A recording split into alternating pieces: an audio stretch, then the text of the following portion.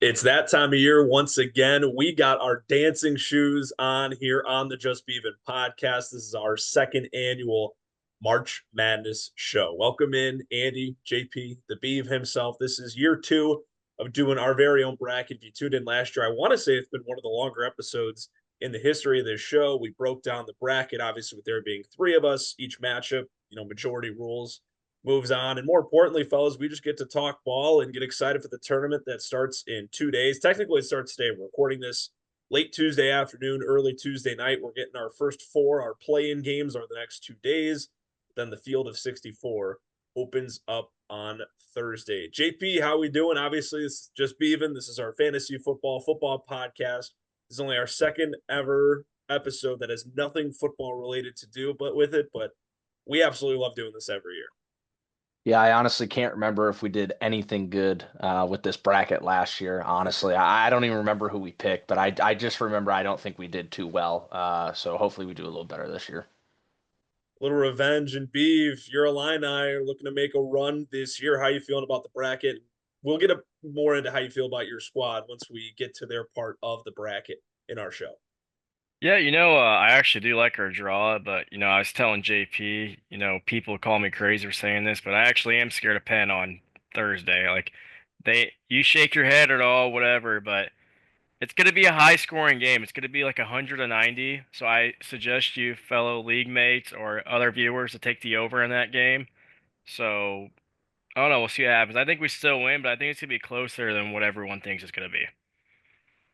And the Beeve has spoken. We'll talk more about that Illinois Penn matchup when we get there. Let's see our bracket in all of its glory, just like we did last year. And this is how I've always felt out brackets. JP and Drew have agreed as well. We like to go round by round, not region by region. I've never understood the people who like to go region by region, but hey, if that's your style, feel free. But this is how we're going to do things. And we start in the East region, the upper left hand quadrant. I don't think we are going to have any arguments here. We're just going to have Duke move on past Siena and we'll get going, right? Yeah, Yep. I agree. Uh, Awesome. I was gonna ask you boys too. I don't remember if we did this or not. Do we want to talk about like our favorite pick from the first round or I no? think we'll just talk about games we like as they pop up because there are a lot Okay. of really good round one matchups, and I think one of those is right here, and a lot of people are gonna lose some Yeah. sleep over this one. Ohio State and TCU. Obviously, we're all Big Ten guys. We're a little bit more familiar with Ohio State. JP, I'll start with you here. Just your pick and overall. I've heard a lot of arguments. I've been listening to a lot of podcasts like I like to do around this time of year just to get other people's opinions, other insights. And I'm still pretty torn between these two, and it makes sense with it being an 8-9. Yeah, although I haven't been going back and forth in my actual bracket, I also should preface I'm really a one bracket kind of guy. When I was younger, I used to like to make a bunch, just to Oh see yeah, how many I could get right. But as I got older, it just sucks. It's like having multiple fantasy teams. It just sucks rooting for different guys, and it helps you in one league, and it absolutely kills your bracket in another. And so as I've gotten into college, I'm a one bracket kind of guy, and that's just kind of what I submit. So, but. I selected Ohio State right when the bracket came out. Everyone it's Bruce Thornton's finally in the tournament. Bruce Thornton's finally in the tournament. Bruce Thornton's finally in the tournament. The problem is everyone is taking Ohio State, which is almost making me want to switch to TCU. My gut says Ohio State because yeah, Bruce Thornton is playing great. Mobley's been playing great. I forget their center's name, but he's emerged as the Tinsley. season's gone on. Yeah, and so they've started playing really good basketball, and I know TCU's knocked off some of the big dogs in the Big 12, pun intended there. But I'm just sticking with Ohio State. I just trust their superstars better than I trust the two TCU guys. I forget the one guy's name, but I know Edmonds averages like 14 over there. But I just trust Ohio State's guys a little more. Drew, you can move Ohio State on. I'll go second, and that's who I'm going to take as well. This is tough. TCU is a really good defensive team. I think they win the coaching battle. They're more experienced, especially coaching in this tournament. That staff has got more experience. This is Ohio State's first trip to the tournament in 4 years. But JP, just as you said, Bruce Thornton, I've seen this guy single-handedly keep Ohio State in games or win them games that they had no business being in or winning this year. I feel like when you're in a situation like this and it's this tight of a matchup, you just pick with who has the best player on the floor, and that's Bruce Thornton for me. And obviously, being a Big Ten guy, Wouldn't mind seeing a couple extra Big Ten teams get some victories early on. This is the very first game of the tournament, 11:15 Central on Thursday. So we're going to get out and running. Usually it's an 8-9 matchup. That's our first matchup of the tournament on that Thursday every single weekend. I think they picked a good one to have the first matchup be this year on this Thursday. I'm going to take the Buckeyes as well. Yeah, I'm also going to lean toward the Buckeyes. We'll get to this when we get to round two, but I don't even think this is going to be a close game. Like, I think it's going to be a blowout. I've been hounding on JP ever since this game came out on Sunday. I don't have any faith in TCU, and I tell everybody this: how can you trust a guy when your point guard is Brock Harding? Okay, we've seen him play in the Big Ten at Iowa last year, last 2 years. Not a huge fan of him. Uh, but not saying he's bad. I'm just saying not a big fan of him. But I rather take, like JP was saying, Thornton, Mobley, Royal, Tinsley. They've all been playing well together. I mean, they're starting to figure it out. It'll be really a good test to see if Diebler's can actually coach in March or if he's just another fringe coach that can't win in March. So we'll It's see. worth noting both these teams are pretty hot. Ohio State finished the year hot. TCU won their final 5 games. They won 8 of their final 9 entering the conference tournament. So that's what we have in our first two. St. John's against Northern Iowa. I'll just jump ahead on this one. I feel like, and I'm sure we'll have one in our bracket too. Everyone likes to have at least 112 over a 5 in their bracket. Logically, I don't know how you guys feel about that. I'm in that camp as well, where I feel like there should be 112 seed mathematically that comes out of it. I don't think it's this Northern Iowa team. They play so slow. They're very, very slow. And I think this is a wrongly seeded St. John's team. And we're going to talk a lot about this in the show today. The Big East, abysmal this year. Really, really bad, really, really hard to watch. And I think that's why they got seeded as poorly as they did. I like this group this year. This is a group that got bounced in the round of 32 by Arkansas when St. John's was a 2 seed a season ago. I think Rick Pitino is back for some vengeance in the tournament this year. I just don't see a way this Northern Iowa team can pull it off. They play too slow and they're too small for my liking. I think the front court of St. John's is going to dominate, and I don't think this game's going to be particularly close. Yeah, I would agree. I'll hop in here. I'm also going to take St. John's, so I'll move him forward. Big Missouri Valley guy, alum from Southern Illinois here. But I don't think Northern Iowa stands a chance here. As I love St. John's and this how they got drawn up in their little bracket over here. I love them. They've been playing great together. I mean, they just whooped UConn in the Big East Championship, beat them twice, and they're showing people they're legit and they can play. Bryce Hopkins, he's been having a great year. Ebefor, their center, awesome. I love him. I mean, great defensively, and they can score. So, and they're starting to figure it out just like Ohio State. So I'm going to move St. John's on. What do you got, JP?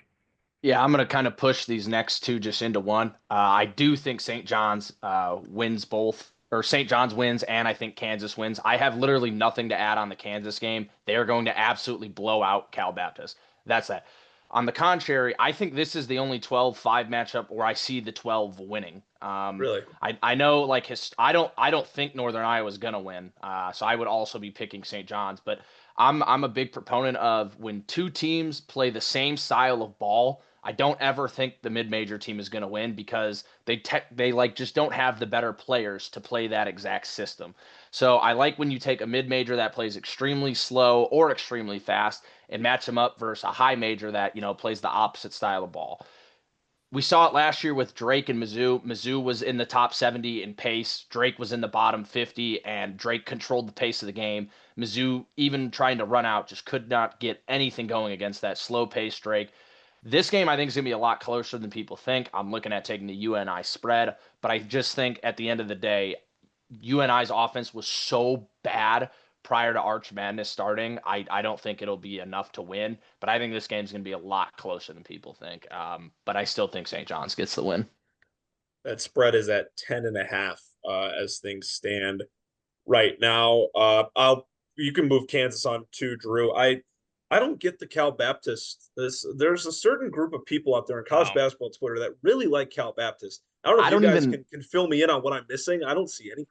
I I don't even know if it's a like for Cal Baptist. I think it's a dislike for what Kansas has shown this year. I think people are just scared to take Kansas. And the only reason Cal And that's Baptist is fine. You can here, still take Kansas to win a game, though. No, I I'm mean, with I you. don't. I think the only Yeah, reason people are liking or sorry, the only thing with Cal Baptist, they're only here because the Utah Valley guy missed a dunk. That is Yeah. literally the only reason that they are even Yeah. in this position. Yep. I think they're overseeded as a 13. I don't know how Cal Baptist got a higher seed than, or got the higher 13 seed than Troy got. This should be Troy versus Kansas, and then you could talk me into Kansas losing in the first round, but I'm not buying this at all. I think Kansas is going to curb stomp them.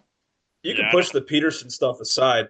Melvin Council's awesome, and I think Council's that awesome. Trey White's a sniper, and yeah, Badunga's but that's a double double. yeah, Yeah. I Badunga mean, will dominate down low. Like that's just there's enough there to at least get them to win one game. I understand people don't like Kansas hasn't been playing their best brand of ball, but I feel like it's been awfully disrespectful to say that Bill Self and that group can't win one game this year. I don't know. That's been my take, Drew. no, I don't got much to add. I mean, you guys hit on the money. I see the hype for Cal Baptist. I'm very upset because I was really in on Utah Valley. Like, I really thought they could upset someone this year as a 13 seed. It's unfortunate they missed that dunk, but that's the thing, man. I was telling somebody this. They got to figure out a new way for these mid-major tournaments because some of these schools are getting screwed. Like Yale, they should be in. I mean, they are such a fun team to watch, and they are good. Like, I mean, if we're really gonna punish these mid-major teams because they got to play 4 days in a row for a high seed, I mean, I don't know what you guys think, but I mean, they got to do something with the bracket or something. Yeah, I can't say I have much an opinion. I'd have to look more into it, but yeah, I've seen that people have been all out of sorts for getting in on the back end. But that's our first four, and I know it's chalk. It was very chalk last year, guys, and I don't think it's a bad thing to go chalk in your bracket. It's half the time you want to try and get some of those first round games, and I think we've learned over the years the Cinderellas that don't really exist anymore. It's fun to see them win a game or two, but if they get out of the first weekend, and seriously get out of the first weekend, it just creates for a bad product later down the road. What do we have next following these four games or these four opponents rather? The 6-11, Louisville, South Florida, and then my Michigan State Spartans against North Dakota State. I'll start with the 6-11 if you guys don't mind. I'm going to take South Florida. I feel like we need an upset out of this bracket. I'm not huge on this Louisville team. I watched them play in the ACC tournament. Didn't love what I saw there, and just all this South Florida hype. I know it's a popular upset pick, but we need to have a double digit, I believe, coming out at least on this side. And I like this South Florida team. I forgot the name of their coach, but I know he's from Buffalo, and I know that's a big drawing there, and that it's a homecoming for him. And I think this team is capable of winning at least one game in this tournament and picking up the upset here. Yeah, I mean, I think they're the best mid-major team in this tournament. If I would say them or VCU, I'd say. You can go a couple ways, I guess. But I don't know, this Louisville team's just really up and down, man. I mean, they either look really, really good or they look really, really bad. And there's a lot of dependent. It's whether Conwell has a good game. It's whether Mikael Brown shows up or he's just not doesn't want to play basketball today. So there's a lot of things that needs to go right for Louisville to succeed in March, and I just don't think it's gonna happen. So I'm with you, Yak. I'm gonna take South Florida, but my only thing is like JP said earlier. This is the one game I'm getting a little concerned about with the how we talked about Ohio State and TCU. It seems like everybody's picking this to happen. Everyone's picking South Florida to happen. And you see the trend is your friend is once everyone takes one upset, they tend to lose. Now I know McNeese, everyone was on McNeese again last year and they beat Clemson, but I think last year Yeah. the more upset I felt like was High Point over Purdue last year that everyone was on. But I guess you can go either way. But I'm gonna take South Florida still. I think they can get it done. What do you think, JP?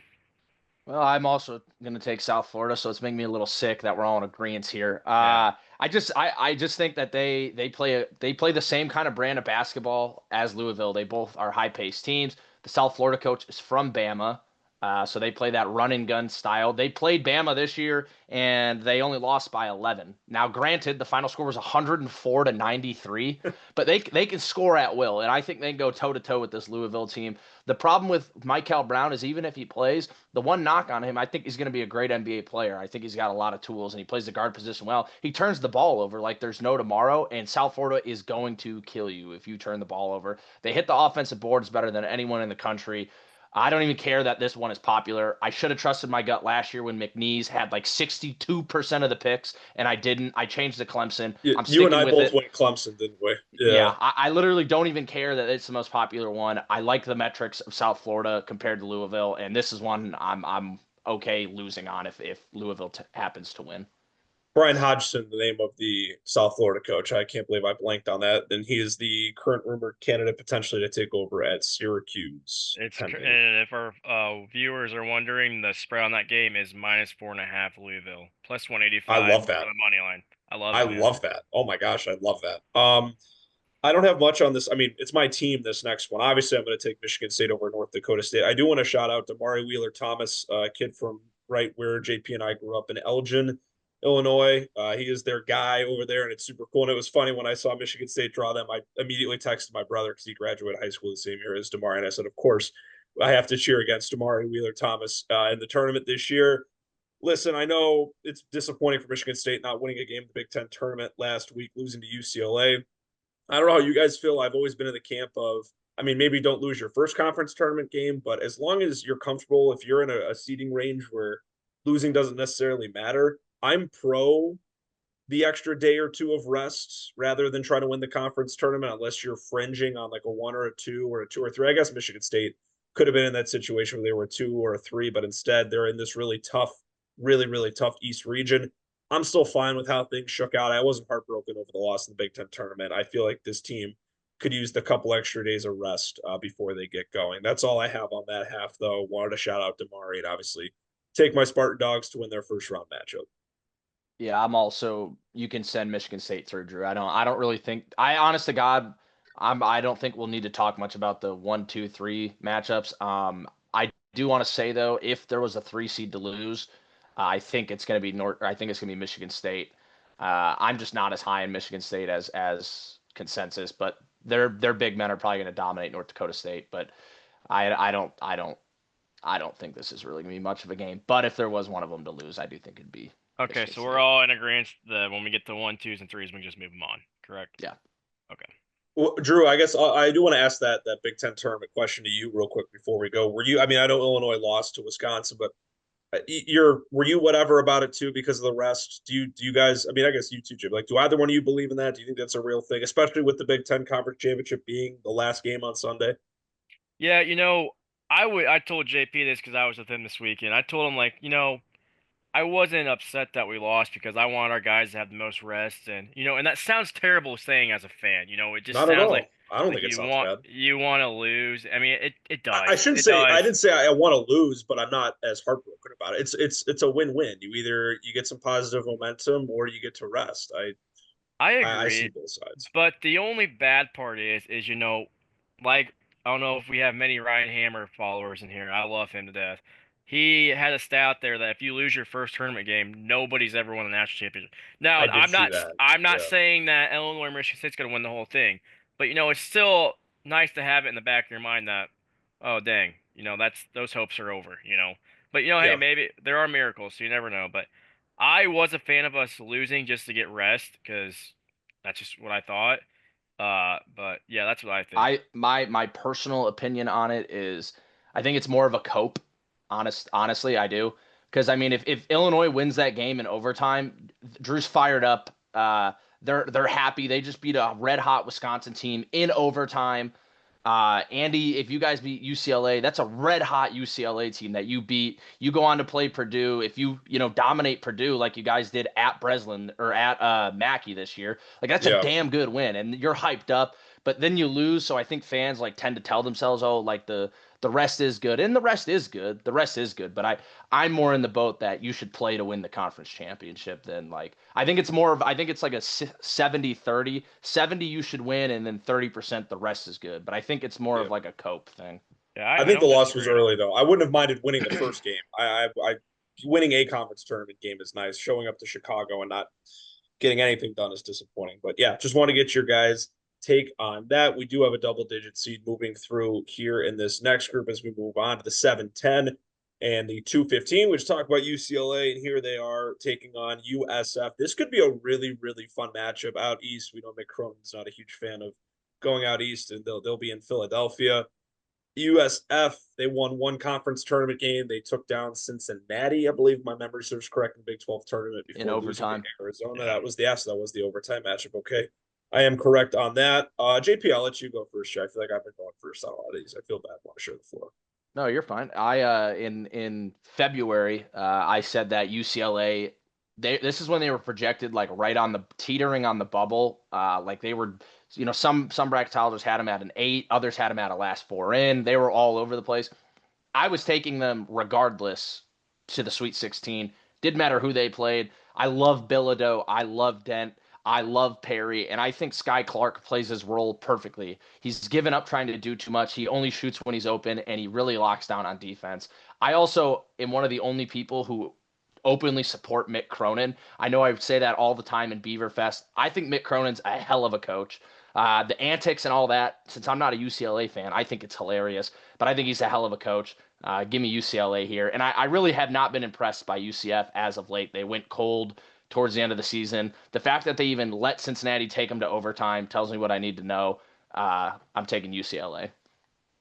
Beef. Yeah, yeah, and I'm gonna get a lot of hate probably for saying this, but I'm taking UCLA too. But I really do think this could be a good year for the Big Ten. Like I think we're gonna dominate this tournament. And no, Famous last words. and we're known for not doing good, but we're gonna dominate. I think so. I'm gonna take UCLA and move It's a on. clean sweep. I'm going to take the Bruins as well. Kind of like what JP said. I haven't seen. I know the Knights played really good basketball at the beginning of the season and right into Big 12 play, but they kind of cooled down at the end. I'm also a huge recency bias. They took down my Spartans. UCLA had a really good showing in the Big 12 tournament this past week. That gives some weight for me for teams that maybe didn't have as hot of a start to the conference schedule. I mean, you look at it when I saw them play Michigan State the first time. Michigan State blew the doors off of them in East Lansing. Like that game was never close. It was never remotely close, and I just feel like this UCLA team's too good not to win at least one tournament game this year. So I'll ride with the Bruins. And then obviously we said 1, 2s, and 3s. We're going to keep going. Shout out the Furman Paladins, though, for Oh yeah, returning to the dance real their first quick. time back here in a minute. I want to touch on this. I really do want to just real quick. Okay, if there was a 15 seed to beat a 2 seed this year, I truly think it will be Furman.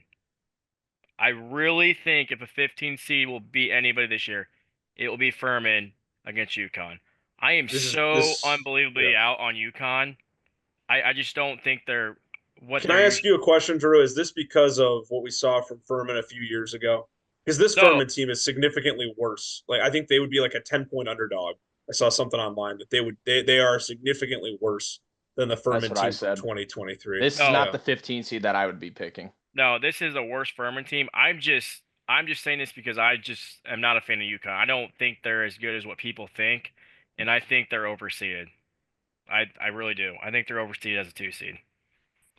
That's my Yeah, take. I don't But like any of the 15s. I don't. so I don't think I could get myself to ride with any of them. Truth be told, but but that's all I had to say on that. So I just want to put that in there. alrighty, we head to the South in the round of 64. We'll take Florida, defending champions. Todd Golden, his group, really hitting their stride toward the end. They lost to Vanderbilt in the SEC tournament this past week. That was a bad game for them, but you know what? Doesn't matter. They can flush it. They move on. 8-9. Once again, we get a Big Ten team. Iowa, Clemson, Drew. What do you got? I think Iowa's gonna win this one with their slow pace against Clemson. I'm gonna definitely hammer the under on this. Both teams play at a slow pace. I think the But line's at like 128. I don't is even it know if it's that? worth Gross. betting. I don't Is even it know if it's that? worth Gross. Oh my betting. Yeah. goodness, I haven't even looked. Is it that low for? Oh my goodness, maybe not. But it's gonna be a super low scoring game, a nasty game. Uh, but anyways, I'm taking Iowa just purely off. They have the best player on the Yeah, court. literally 128 and a half. Bennett Sturts is a dog. Shout out the Valley coming from Drake. But he is super good, super talented. I mean, if he just has 25 himself, 25 to 30 points, I think they easily win this game. If Clemson's not able to stop him, he's gonna take over, and it won't even be close. But yeah, it's that's really all I have there. What do you think, JP? Yeah, obviously Bennett Sturts. I love Ben McCollum. I wanted him to be the Indiana coach. But Clemson lost their center for the year, and he won't be playing in this game. And then yeah, the pace Bennett Sturts. I just like Iowa a little more. Yeah, We what do you gotta think? eventually we gotta get to one where we don't agree, fellas. Big Ten bias is gonna reign for Iowa. We talk about Bennett Sturts, Clemson being banged up, and Clemson really burned me last year. I still will hold that against them for this year's bracket with the McNeese. I know it's not the same teams, but hey, you know what? Sometimes picking your bracket, you gotta remember the past, and I don't think I can count on those guys again in this spot. Another Big Ten victory. I will take the Hawkeyes in that one. Speaking of McNeese, here they are. They are matched up on the same side as Clemson this year. They are taking on Vanderbilt. Amir Khan is back in the tournament. I know pretty much all of basketball Twitter cannot stand that guy. And I don't think he gets as far of a run this year. Vanderbilt, really, really impressive in the SEC tournament last week. They showed me everything I needed to know about this group, playing hot, moving forward. And this McNeese team, it's nice to see them back in the dance, but this is not the same group that we saw a season ago. I'll take the Commodores. I don't think there's any need to overthink this one.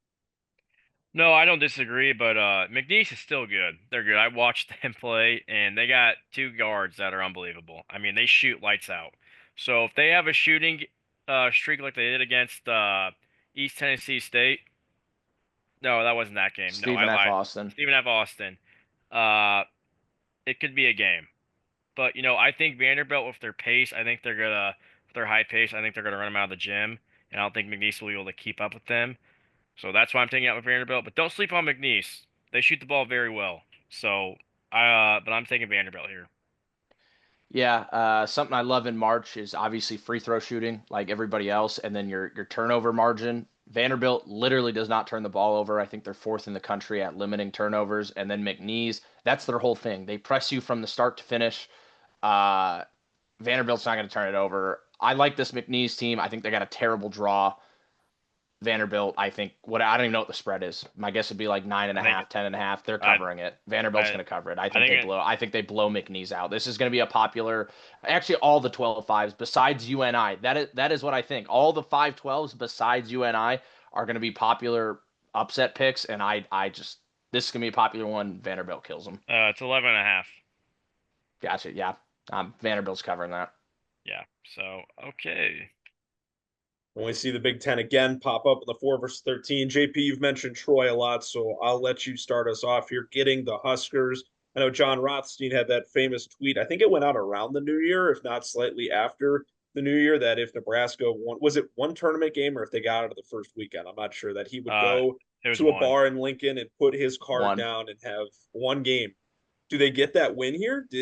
I should finish what I was saying. He's going to open up a bar tab at a bar down in Lincoln if Nebraska wins their first ever NCAA tournament game. They've never won an NCAA tournament game, never. JP, do they get it done? Do they defeat Troy in the opening round this year? I personally think no. I know Troy's a very very chalky 13 pick. I've seen a lot of Troy being picked. I just don't trust Nebraska. I think they have good players, but they're so streaky, and it worries me a lot. Nebraska's whole defense is based on letting teams shoot the three ball. That's what they do. Troy will cook you from three. Troy's absolutely going to cook you from three. They're gonna have to switch up their defense. I think it's gonna make them a little uncomfortable. I know this is a trendy pick, so I won't be shocked at all if Nebraska ends up blowing them out, and it was like, oh my God, I can't believe people talk themselves into Troy. But I like Troy a lot. I always liked whoever was coming out of the Sun Belt. I always liked. I thought they were an underrated basketball conference this year. I thought they had some teams that could play. Then Georgia Southern went on a run in that they do the you got to play 6 games in 6 days bracket. And Georgia Southern knocked some of those teams I really liked out. But Troy was the one seed in the Sun Belt. They were always the ones who were supposed to be here. I think Nebraska got a shitty draw. Troy gets their first win, and uh, Rothstein should go to wherever Troy's located in Alabama and put his card down in one of their bars and open a tab because they're getting their first conference turning or NCAA March Madness tourney win. I think it's Troy, Alabama. I Yeah. could be Oh, is wrong. it Yeah, is it it is. literally Troy, I Alabama? think that's the Yeah, name of it the is. city. Yeah, Well, a kid I know played football at Troy, so yeah, he did. It is. Yeah. well, I know they're in Alabama, but the city is Troy, Alabama. Yeah. Yeah, it Okay, is. Pretty sure. there you Drew, go. are you siding with JP? Do we have an upset here? Oh yeah, I there it am. is. Cool. I am taking Troy. I was just at a Calcutta last night doing my teams. I was telling everybody, everybody's so hyped on this Nebraska team. They shoot the ball well. They got Rink Mass. He's 25. He's so good. But I watched Rink Mass play. I'm not saying he's bad, but he's a good big man, but he really can't. He doesn't do well with size in the post. If you guys notice that. And Troy has size, and like JP said too, they shoot the ball just as good as Nebraska. So why not take the upset? And they've been in this situation before. I mean, Tomonaga, probably one of Nebraska's best players on their team, and they're like, whatever you want to call it. I'm got a brain fart right now. Whatever Program. program. There you go. And they couldn't even beat the 9 seed they played. That was terrible. I think it might have been Texas A&M they played, and they got blown out. It wasn't even close. They got blown out. So I think they're cursed. I'm not joking. I think they're cursed. I'm taking Troy. I'm taking Troy here, and we're gonna move them on.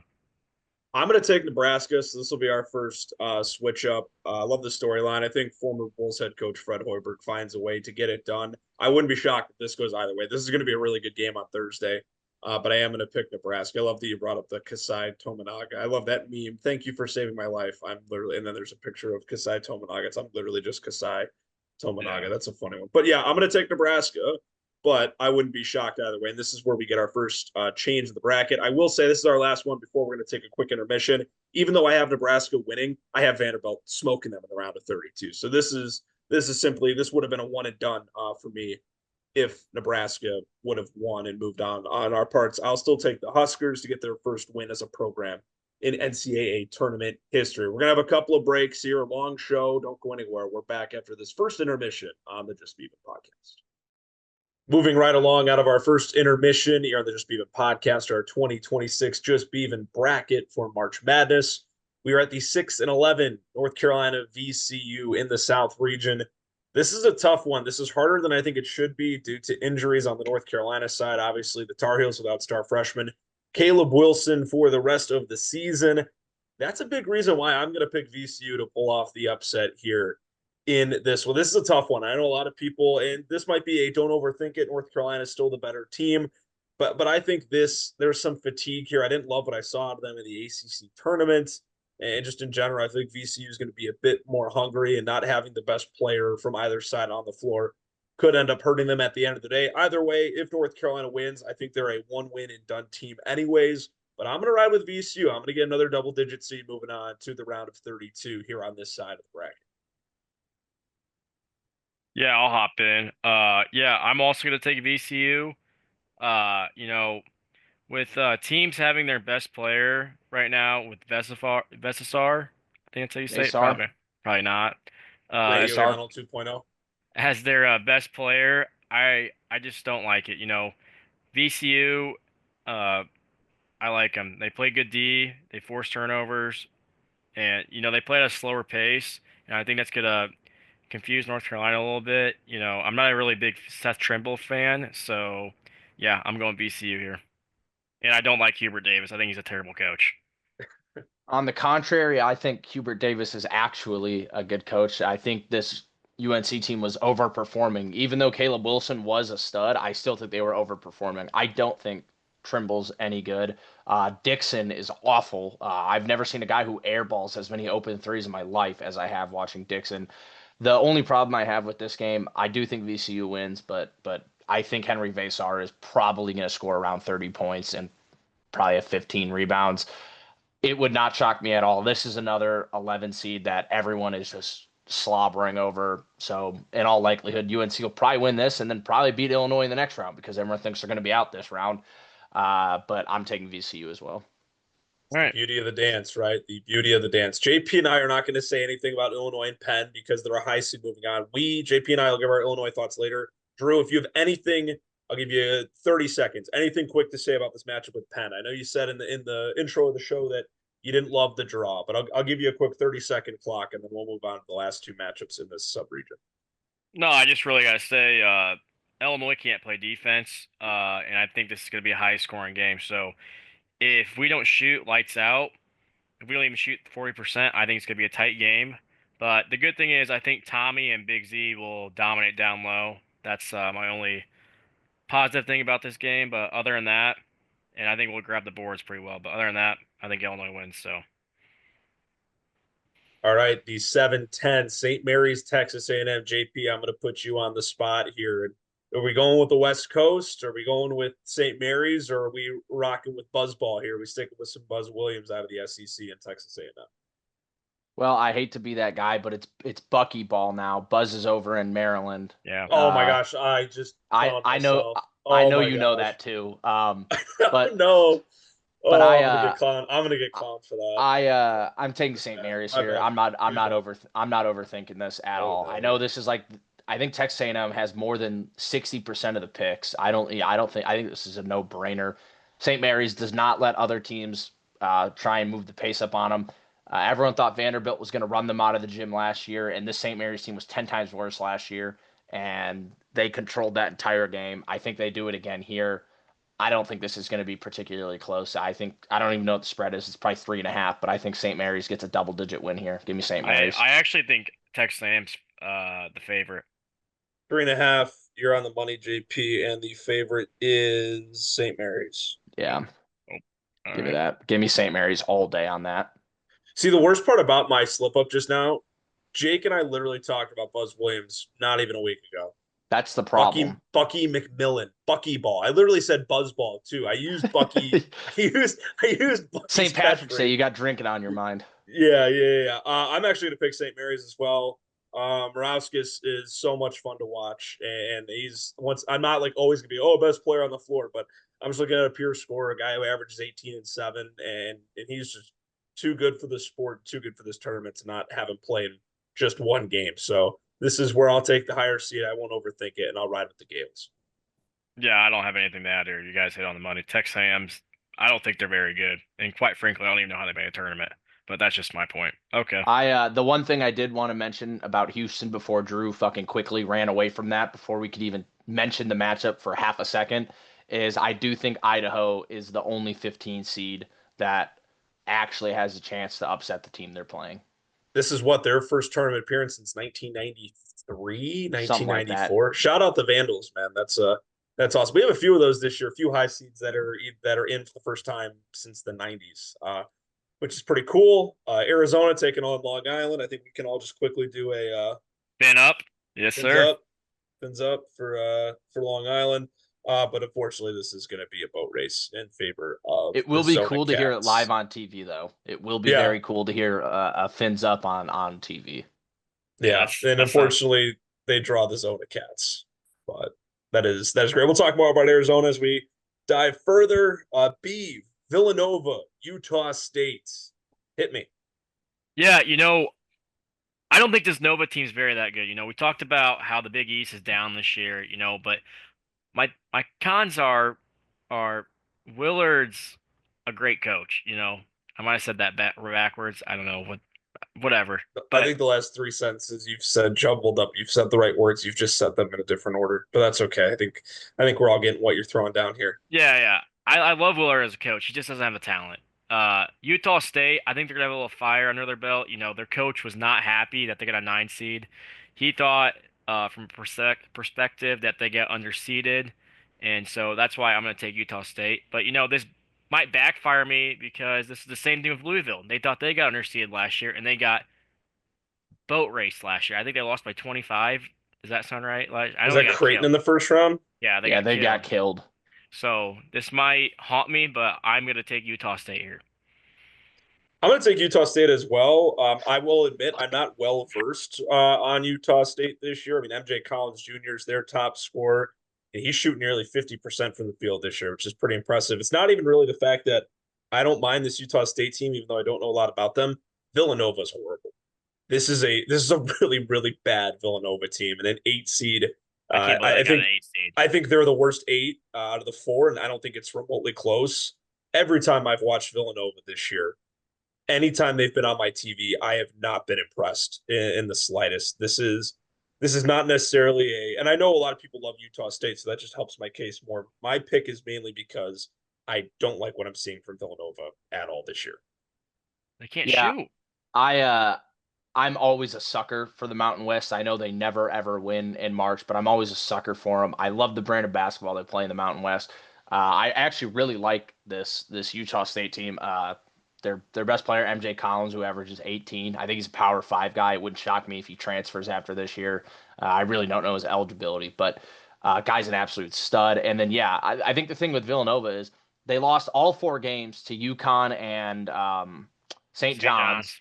And then they lost by 30 to Michigan, who was like the only. I guess they played Wisconsin, but super early in the year when everyone thought Wisconsin, like, okay, they have the talent, but it's clearly not all working together. They beat Wisconsin. That's their best win of the year. Michigan beat them by 30. I think that says everything we need to know about Villanova. I don't even, this team's only a tournament team because they won so many games in a horrible Big East. Contrary to what some people in our group chat think, the Big East is a dog shit conference. Horrible. They're overseeded as an 8. They really shouldn't be. Their resume sucks. The fact Outside, that they're an 8 and St. John's is a 5 is rather comical. it's the fact that they're 24-8 and only inked an 8 seed in what's supposed to be like a good conference. This Villanova team sucks. They could be playing High Point, or they should be playing some other school. They got way overseeded. Villanova sucks. Give me Utah State. Yeah, I would like to know what the spread is. I'm gonna look it up right now. What the spread is on It's this game? Utah State -1.5. That's yeah. I'm throwing a ban. So That's people that don't know, that's juicy, man. I like that. people that don't know, I'm going to Vegas for tomorrow actually, and so that's probably what I'm gonna throw a band on Utah State. There you go. From the Beeve himself, some gambling tips. 5-12, 4-13 on this side. Wisconsin, High Point, a popular upset pick over Purdue last year. Really sick school. I think it's in North Carolina. Pretty positive that's the state it's in, or is it South? It's in one of the Carolinas. I just know I've seen videos online of the campus and how cool it is. I know they're a trendy pick. They're a fun offense, but listen, I always tell everyone guard plays would get you places in March. If you got really solid guard play, you got a shot to go far in this tournament. And Boyd and Blackwell are one of the best duos that you're going to come across in this tournament this year. I think them alone can really help this Wisconsin team. And quite frankly, just throughout the year, once again, I obviously go off my experience when I watch Michigan State play these teams in the Big Ten. They straight up dominated the Spartans. And Michigan State had a really good season. They're a 3 seed, and that game was never close. And I was from that point on, Wisconsin earned my respect this season. I think they take High Point. They take them rather easily. Yeah, I'm gonna jump in here. I'm gonna just put the two of these games together. Trendy upset pick here is High Point over Wisconsin. They play the same style basketball. It's like I alluded to with UNI and St. John's. They play the same style, and Wisconsin just has 10 times better players. Wisconsin, I don't even think this can be particularly close. I know a lot of people like High Point, and that's fine. They got a terrible draw though. And then Arkansas and Hawaii, I've seen people go and Calipari in March, Calipari in March. That's fine, but this Hawaii team, they play no switch defense. Darius Acup is going to score 55 points if he wants. They're gonna absolutely blow Hawaii out. Arkansas and Wisconsin move on easily. I don't even think this game. I'm so tired of the High Point. I can't even. It just drives me nuts. I don't even think it's going to be a game. Yeah, High Point's in North Carolina, by the way. I did look it up. I thought that yeah, was right, but ever since my Bucky McMillan slip up, I'm gonna have to triple check everything I say now. yeah. I was really heavily on High Point. They're my team since about January. I love them, and unfortunately, they got the worst draw possible. So, and like you guys said, guard play wins you in March, and Nick Boyd and Blackwell are awesome.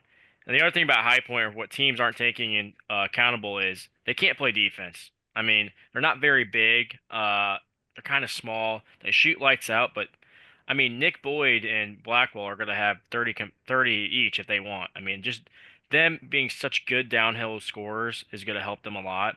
Not that they're bad shooters, they're great shooters as well, but them having that asset too as being able to downhill and score is going to help them a lot in this game. That's why I'm picking Wisconsin as well.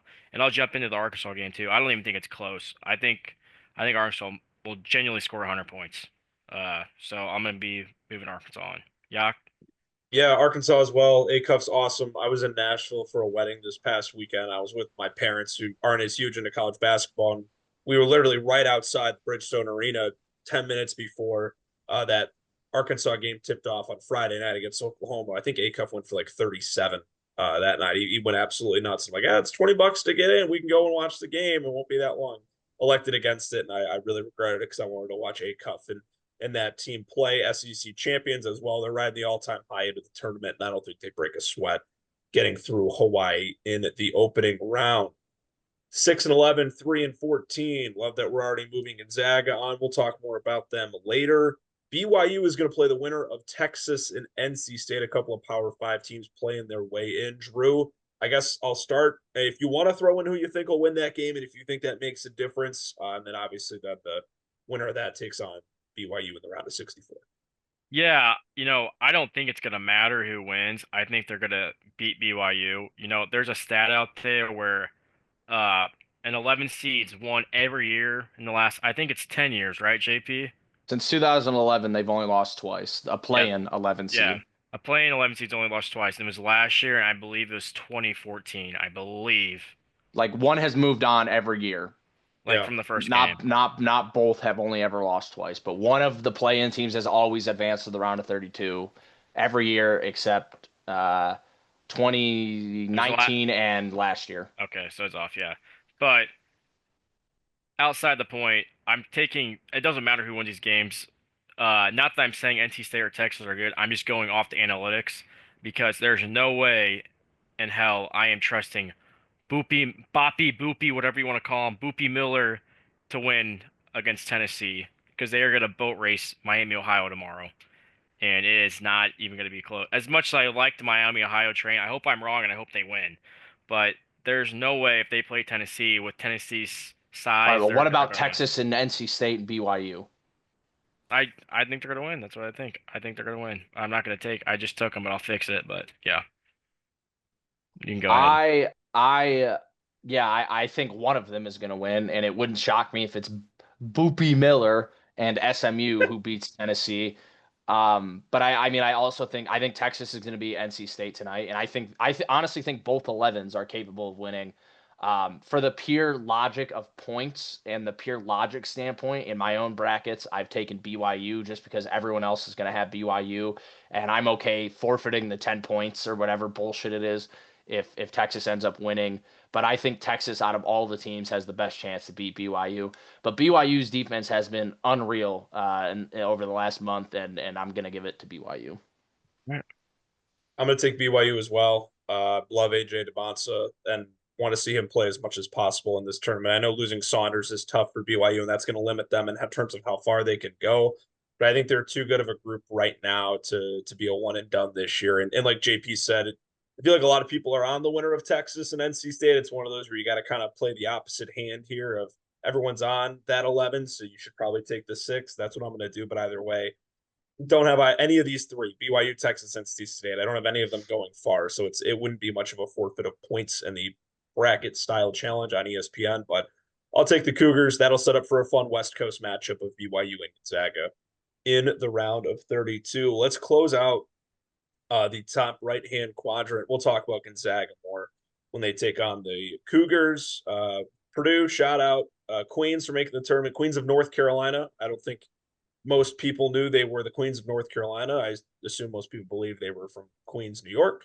And then the 7-10. This is rather gross, guys. I don't, for whatever reason, this matchup doesn't do anything for me. Miami against Missouri. I know this game is in St. Louis. Drew, what are your thoughts here? Yeah, I'm not a big Miami fan. I don't think they're very good. Granted, they have Malik Renew and Trey Donaldson, who have been pretty good this year, but I'm taking the point that Missouri's playing basically in their backyard in St. Louis, uh, and I think they do have the better player on the court.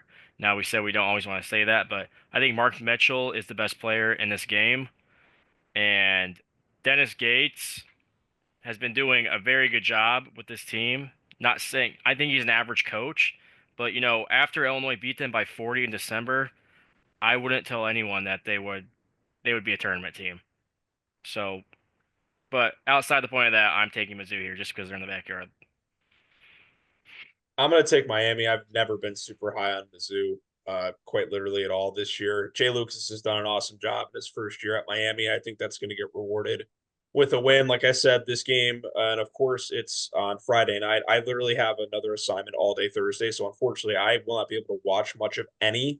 I'll be working the Division III national tournament in the Elite Eight, so I will not be able to watch any of day one. And of course, this falls in like a really awesome Friday night slot on day two, where it's a game I could really care less to watch in Miami and Missouri. But I'll trust the first year head coach to get it done and get his guys to the round of 32. Yeah, I'm also taking Miami. I think Malik Renew is a 10 times better player than Mark Mitchell. I think Mark Mitchell's limited in how he scores. I like the guard play. Donaldson, yeah, fine, he's overrated, but he's been in March multiple times with Michigan and now Miami. He knows how to play good basketball. He's a smart player. And yeah, I don't really. This is one of those I'm playing the angle the book is giving. Everyone likes Mizzou because they're playing in St. Louis, yet Miami is still the favorite. Give me Miami here. I like their squad a little better. Do you want to And talk that'll about Purdue anymore or not? Or not? Wait. Andy well, talked about it. Okay. yeah, we'll chat about them more when we get to the round of 32. We head to the Midwest region, our final round of 64. Michigan going to take on the winner and defeat the winner of UMBC and Howard. Georgia and St. Louis. I have heard a lot about this 8-9 matchup. JP, I want to get your thoughts here on Georgia and St. Louis. The Billikens, Robbie Avila, returning to the tournament since he was with Indiana State a couple of years ago. Can this Georgia team get it done? Is the real question. I think they do to get it done. I was pounding the table in middle to late January for SLU. I was texting Drew. I'm like, there's no reason this SLU team can't be a 4 seed. I mean, they are so good. They do everything correct. They play such good basketball. And then the losses started. They lose by 30 to George Mason, who is now playing in the NIT and is getting blown out by Liberty as we're filming this. I just think that Georgia, I think their athleticism is going to be a problem. The problem with Avila is, yeah, he's a big man and he's a great scorer. They don't hit the glass well. He's their tallest guy out there, and I don't even think he averages a full 5 rebounds per game. The analytics say St. Louis is a great team, and that's fine. They shoot the three well, but give me the athleticism and give me Jeremiah Wilkerson for a 30 piece here for Georgia. I'm taking Georgia. I'm trusting the schedule they played, and I'm just fading St. Louis now, unfortunately. Beef? Yeah, I'm gonna go the opposite. I think this is a tough little matchup for them. Getting an SEC team. Whatever. But I think SLU can get it done. Robbie Avila, he's a dog. I'm not going against my dog. I've been huge fan of him since he's played at Indiana State and then he transferred over and followed his coach over there. So, uh, just I'm just taking my chances. I'm taking SLU here. This is a coin flip for me. I like that JP preached athleticism with Georgia. We keep talking about Robbie Avila, but man, I don't know if he can keep up with the athleticism in the front I court. If agree. that's really a strong suit for St. Louis. I love the guard play. JP mentioned Wilkinson. I love the guard play. Him along with Kane for Georgia. This is tough because I guess you could look on paper. You could see that St. Louis has won more games. Granted, they're not in the SEC. What are you going to bank on? Are you going to bank on more wins? Are you going to bank on the better league? It's currently a 2.5 point swing in favor of the Bulldogs, which I can understand why and how. That's a lot of points. Yeah, 170. That is a yeah, lot of points, given considering we've talked about a first round matchup that the over under is south of 130. The Iowa Clemson game, that game's going to be really, really gross.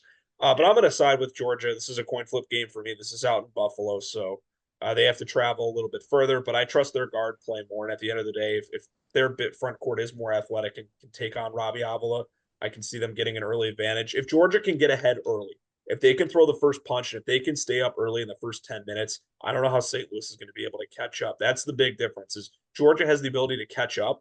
So if they fall behind, they can get it back quicker. But if St. Louis digs themselves an early hole, I'm not sure if they're going to be able to get out of it. I don't disagree. This, JP, you talk, and I'll go first on this one. We talk about, and you specifically said you don't think any 12 is going to win this year. So obviously, we know your pick here is Texas Tech. I need to pick a 12. I haven't picked a 12 yet. I'm going to take the Zips. I will take Akron here. And this is the one pick I'm going to make in my bracket where I'll look back Friday afternoon. And if Texas Tech wins by 25, it'll be the one game in my opening 2 days where I'll be like, yeah, I really shouldn't have overthought that. But I always play the logic of I have to pick a 12. Texas Tech isn't fully healthy, and the Zips, they obviously running right through the MAC tournament. You got to trust one mid major, and they're just going to be the team that I trust this year. But this is definitely the one where I could look back and say, why did I not just play this straight up as I should have? I tried to be too cute. But for now, it'll be the Zips. I have to take a 12 this year, and they're my 12 seed. Yeah, I'll hop in here. I go back and forth in this matchup, man, because everyone's thought, oh, Toppin tore his ACL, he's out for the year, he's done, and this team's done. They're gonna be fading, just like Lightning McQueen was in Cars 3. But I don't even know how to say his last name. I'm not. McCasland. There you go. I'm not even gonna say it. But he's doing an excellent job. He's, if not the best coach in the country. I mean, loses the Big 12 Player of the Year, and is doing still a phenomenal job. I mean, uh, Christian Anderson's a dog, but I was telling JP that he got hurt in that Big 12 game. And that I forgot who they were playing when they got blown Iowa out. State. Iowa State, when they got blown out, he got hurt and he got limped off, and uh, he got told he's not going back in. So that worries me a little bit. I don't know how serious it is. I haven't seen any reports that he's out, but uh, I don't know. I go back and forth. I'm gonna go with my gut, and I think this is Akron's year. I really do. I'm gonna go Akron. That's just what I'm gonna do. I'm gonna go Akron. As much as it pains me to do because Texas Tech did me so well last year, I think I'm gonna go Texas. I'm gonna go Akron. Yeah, Drew stole my own take. I took Texas Tech to win everything last year, and I've been pounding the table. I genuinely think Grant McCasland is the best X and O basketball coach in the country. I've been saying it for a while. Dade Pitchford knows I absolutely love Grant McCasland. On the flip side, I've also been pounding the table for John Grosh, which talking to Drew and Dade is like hitting my head against the wall because they're so stuck in, oh, he was so bad at Illinois. Oh, man, he just did terrible at Illinois. I don't know how Drew's gonna sit here and be like, oh yeah, Akron, it's their year, but then talk about how bad of a coach John Gross is. It goes hand in hand. It just makes me laugh a little inside. Texas Tech is gonna win this game by double digits. This Akron team, yeah, they're a great team. They got a shitty draw. It is what it is. Christian Anderson is probably gonna score 35. Both these teams shoot the three. They play the exact same style of the ball, but Texas Tech just has better players.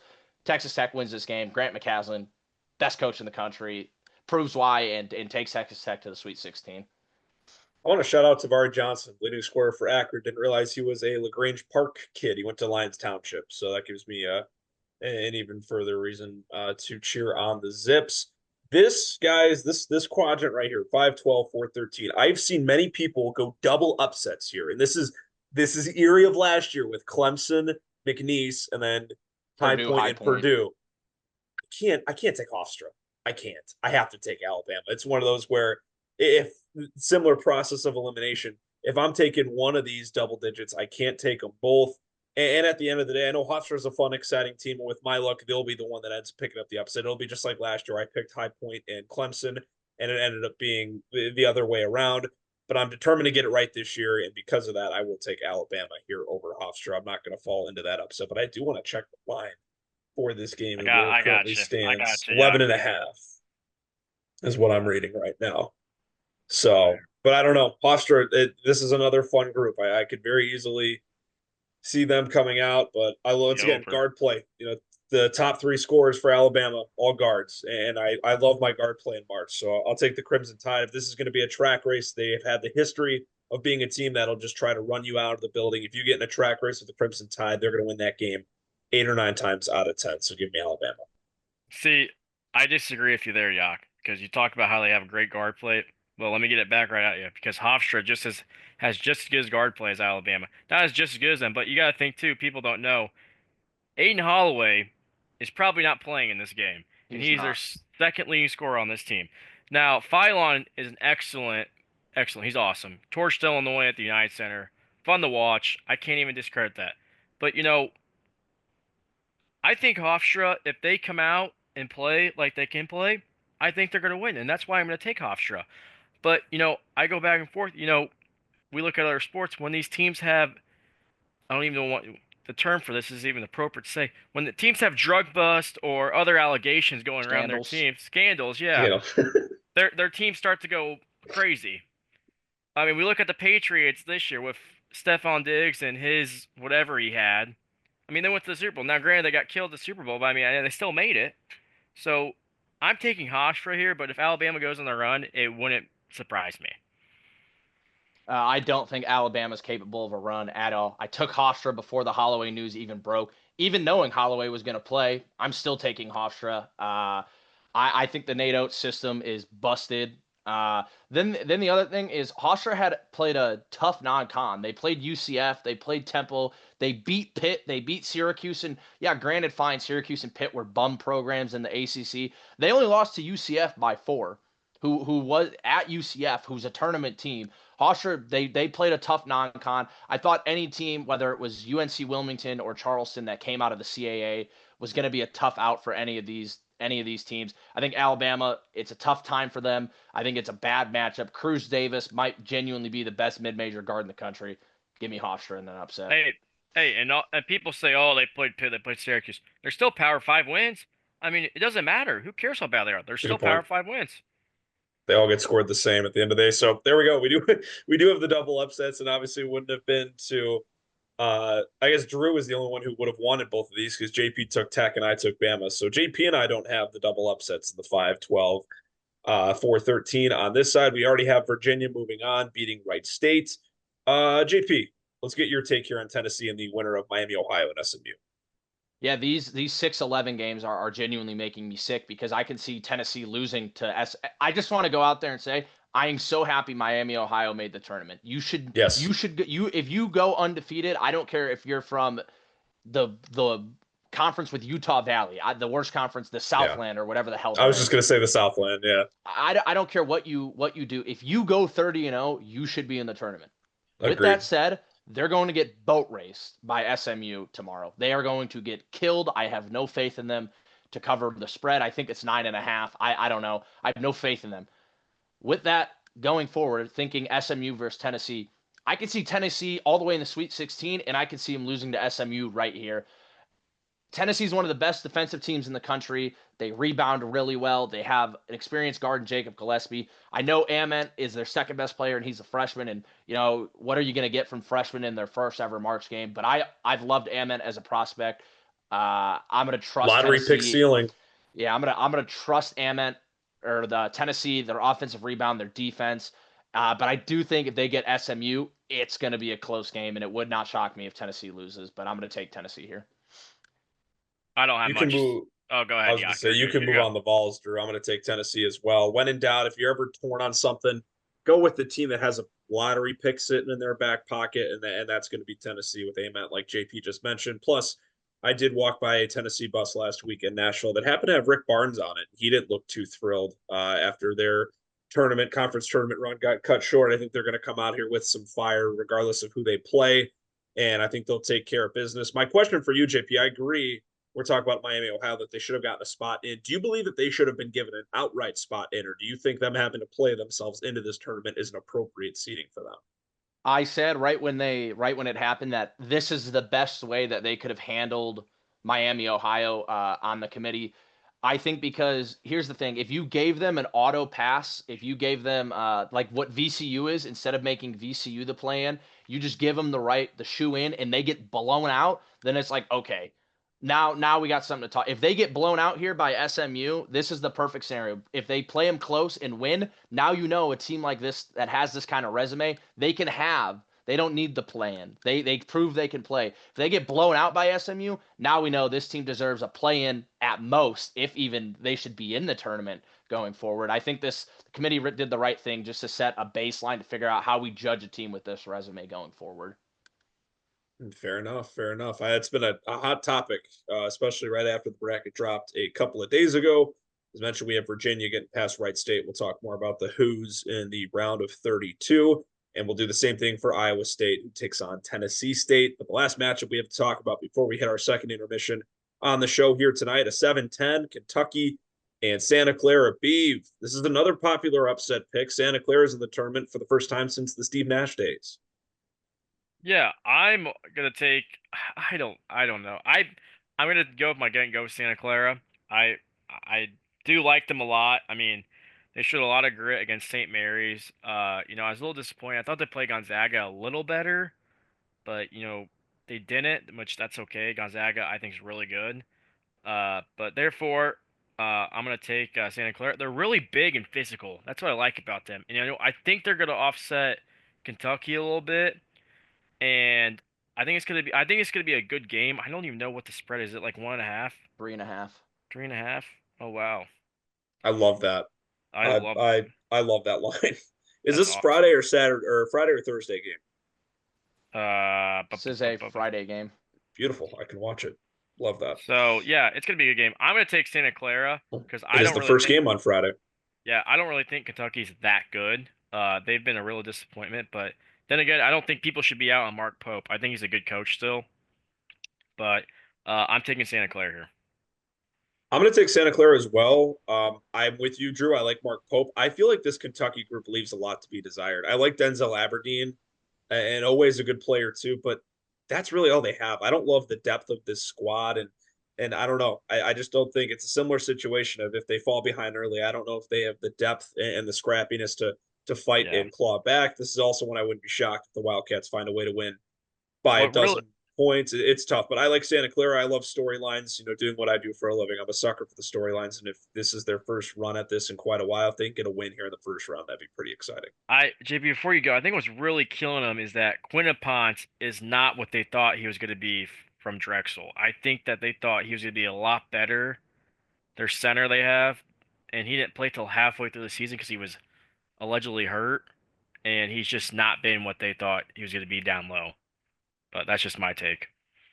Yeah, I'm with you both. I'm also taking Santa Clara, which again worries me that a lot of people are on Santa Clara, so they'll probably lose. They have the size. Christian Hammond in the West Coast Conference tournament was an absolute dog. They have the size to match Kentucky, but I think Kentucky has the best two players on the floor with Owe and Aberdeen. I forget the white boy's name, but he's been low key turning up too for Kentucky. But I like Colin Santa Clara. Chandler. Yep. I like Santa Clara, and I love the West Coast Conference teams. I always bang the table for Gonzaga. I banged it earlier for St. Mary's. Santa Clara beat St. Mary's. They can play. I like Santa Clara a lot. Give me Santa Clara. Alrighty, there you have it. We are finally, and like we said, this is a longer episode. Make sure to stay tapped in. We appreciate all of you that have been watching. We're gonna get this out Wednesday, a day before the tournament. It'll get a lot quicker now. We're on to the round of 32, and that's coming up on the other side of this break here on the Just Beavin podcast. We have finally gotten through the round of 64 here in our Just Beavin bracket. It took us 2 recording sessions to do so, but we're going to knock out the rest of this right here, right now. Round of 32, upper left-hand quadrant of the bracket in the Eastern region, Duke and Ohio State. Drew, you said you wanted the floor first on this one. You got it, my man. Yeah, I for some reason, ever since this brackets came out, I think I've always thought Ohio State's gonna beat Duke. People can call me crazy, or they can call me a magician, whatever you guys want to call me, but probably not a Two completely magician. different things. Yeah, but probably at the end of the day, Ohio State's probably not gonna win. But I look at this bracket, okay, in the East. Duke as the one seed got the hardest bracket out of anyone, out of the one seeds, in my opinion. And so whether we get the good Kansas team or we get the poopy Kansas team, if Kansas can beat St. John's, I still think Kansas can beat Duke. So I either think Duke is losing to Ohio State or they're losing to Kansas in the Sweet 16. So your Uh, pick? so yeah, I'm taking the safe play is Duke, but it Yeah. just that I is how know. that is how the seating works. You know what? I'm just gonna take Ohio State. I'm gonna take them. Well, I'm going to take the Blue Devils simply because every time I've watched them this year, it's been one thing after another. Uh, Boozer is truly he's so perfect for the college game specifically, and I know he's going to be a top 3 pick in the NBA draft. I think he goes third if the draft is today, but it depends on preference really and where the picks are with him, Peterson and Tabonsa. But Boozer he's averaging a double double this year. When you go up and down, there's depth. Evans. When are they getting Caleb Foster back? Do we know? I know he's not going to play Final against four Seattle. at earliest. That's it. Oh, geez. Okay, so yeah, that obviously that hinders a lot of things.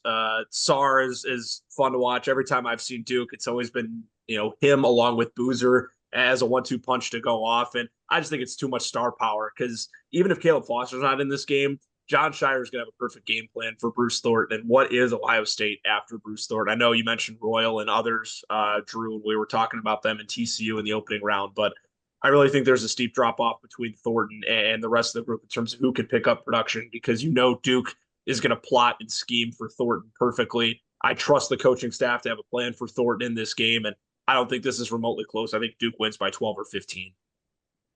I think that TCU has been David all year. They've been the one that's beaten teams that no one, you're always like, how did TCU beat insert big program? I think TCU has a better chance to beat Duke than Ohio State. Dame Sarr is the best on ball defender in the country. I think the problem with Ohio State is in a matchup versus Duke is they're too dependent on one guy, whereas TCU, like, yeah, their best scorer only averages 14, but they got four guys who all score 10 and 10 up. Uh, I think this is a bad matchup for Ohio State, and I think Duke would handle them. All right, so 2v1, Drew. Unfortunately, you don't get your wish That's fine. in It's this probably not in gonna this regard. Hey, it happens. Eights or nines find their way, man. It's not like it's unheard of. It's not like it hasn't happened before. they're I am due, going to man. take. You think Ohio State's due, or an 8 or a 1 No, is due? I think an 8 or 9 seed is due to beat a 1 seed in the first round, in the second round this year. It hasn't Doesn't it happened in a happen? I while. thought it happens every year except last year. Doesn't it always Yeah. happen? One of the one seeds Yeah. always loses in the round Yeah. 32.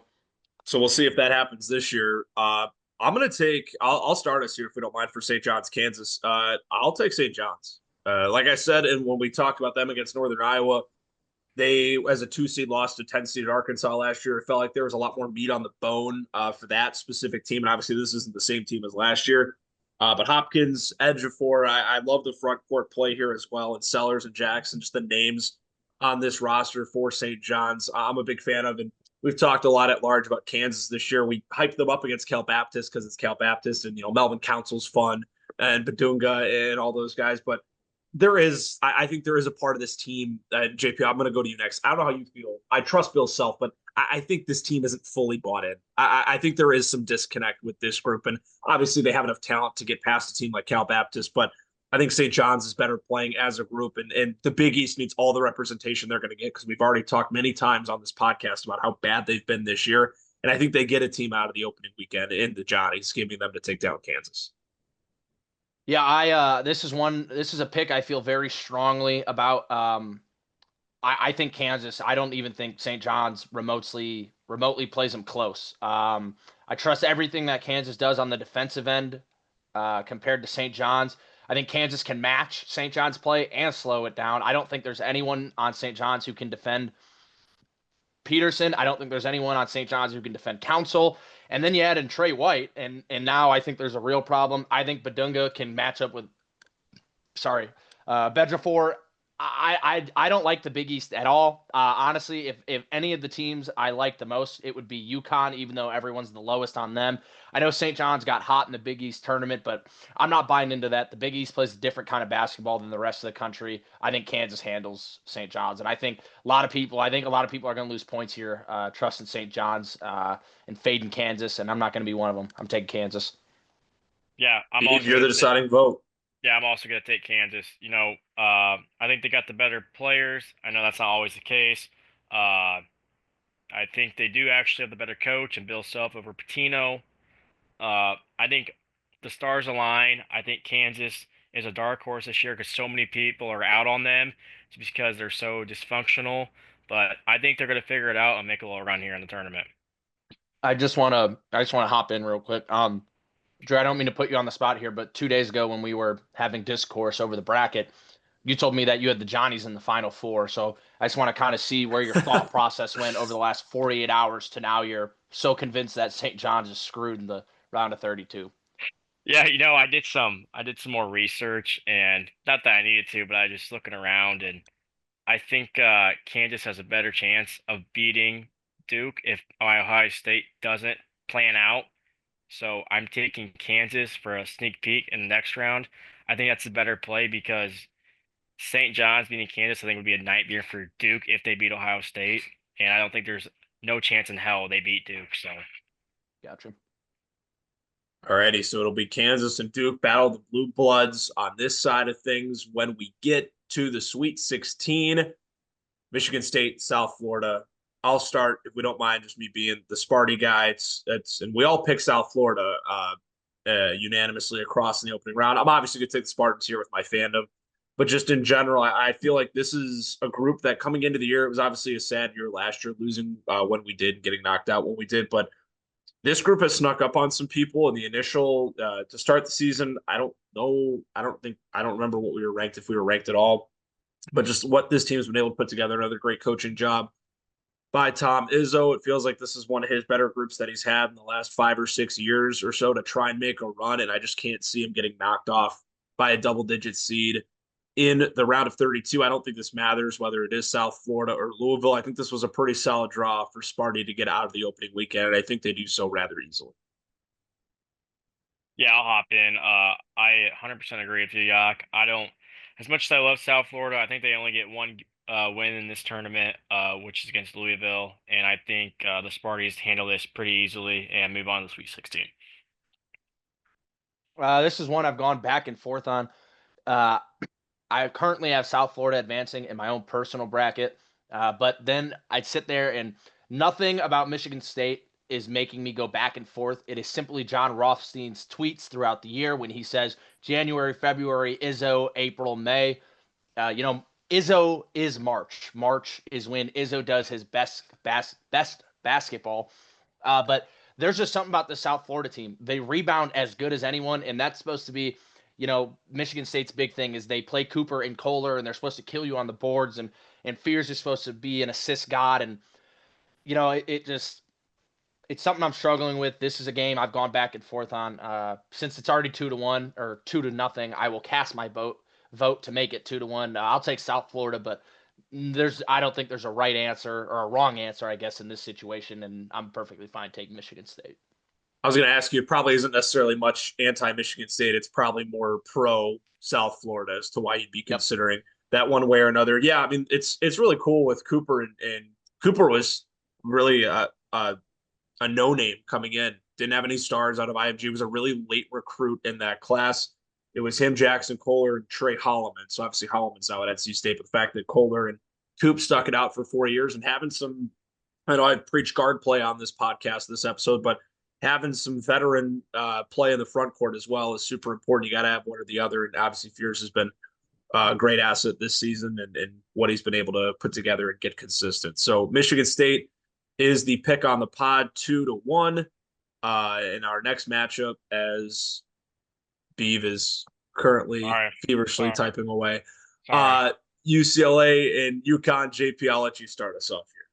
Yeah, I'm pretty passionate about this game. I'm not going to talk a lot about it. I think UCLA wins. I think this is a common pick. I think a lot of people have UConn going out early, and I have no problem with riding what everyone else is doing. I think Dent's an absolute superstar. I think Bilodeau's a superstar, and I really don't like UConn outside of really Caravan. I don't really believe in anyone else on this team.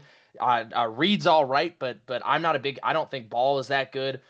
Give me Dent, give me Bilodeau, give me Perry, and give me bald-headed Mick Cronin yelling at the refs. Either way, the loser of this game is going to have a press conference to remember. Yes. I cannot wait for the podium pressers after this game, but give me UCLA.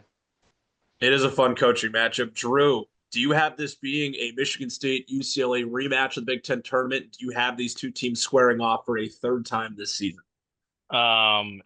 Yes, I do, and it's an easy yes. If we go back to my comment, easy yes. I don't think UConn's that good, and I can easily see them losing the Furman. Not easily, let me take that back. I could see them losing the Furman if something crazy happened. I just don't think they're that good. And JP mentioned that Carabin is their only good player on this team. Terrace Reed, I think he's overrated. Solomon Ball, he's okay. He's not what people think he is.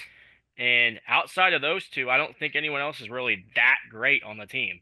So I think UCLA, I love Ty Perry on the UCLA team. Great shooter, does everything well. You're a big Sky Clark fan too, right? Negative. but I will say JP hit on the point. He's not trying to do too much. He's doing his role and doing himself. I'll just leave it there. But yeah, I'm taking UCLA here. It doesn't matter because we're already at 2-0. I'm going to take UConn. I'm still not. I mean, I like this UCLA team. What's Bilodeau's injury status? I know Cronin said he's good to go, but anyone who's had an injured star says they're good to go. And yeah, it was like he hyperextended his knee. They just sat him out because it wasn't worth a risk keep playing him for nothing. Yeah. Understandable. I'm still going to go with UConn. I trust Dan Hurley more, and I know Mick Cronin probably doesn't get enough love for what he does as a coach. I don't really care for Mick Cronin, but I trust Dan Hurley more in this spot, and I think the wheels are going to sputter for UCLA eventually. And I don't know. I think just from a fan side, I'd rather see UConn, Michigan State than UCLA, Michigan State again. I'm sure you would. I'm sure you would rather not see UCLA again. I'm fine seeing UCLA again. I'm totally okay seeing them again. I'd rather see UConn, but Drew, Hey, you just skipped that's a whole part of the bracket. Oh, I did. I'm so sorry.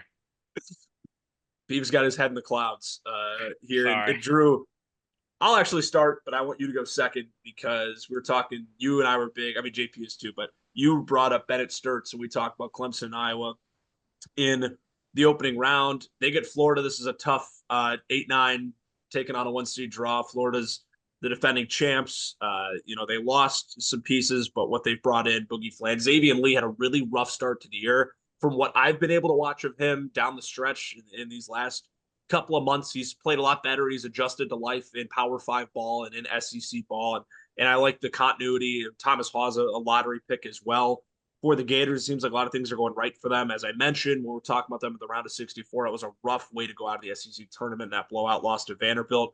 I don't see them having much trouble with this Iowa team. We mentioned Clemson, Iowa. It's not going to be a super high scoring game. That over under set at 128.5 right now.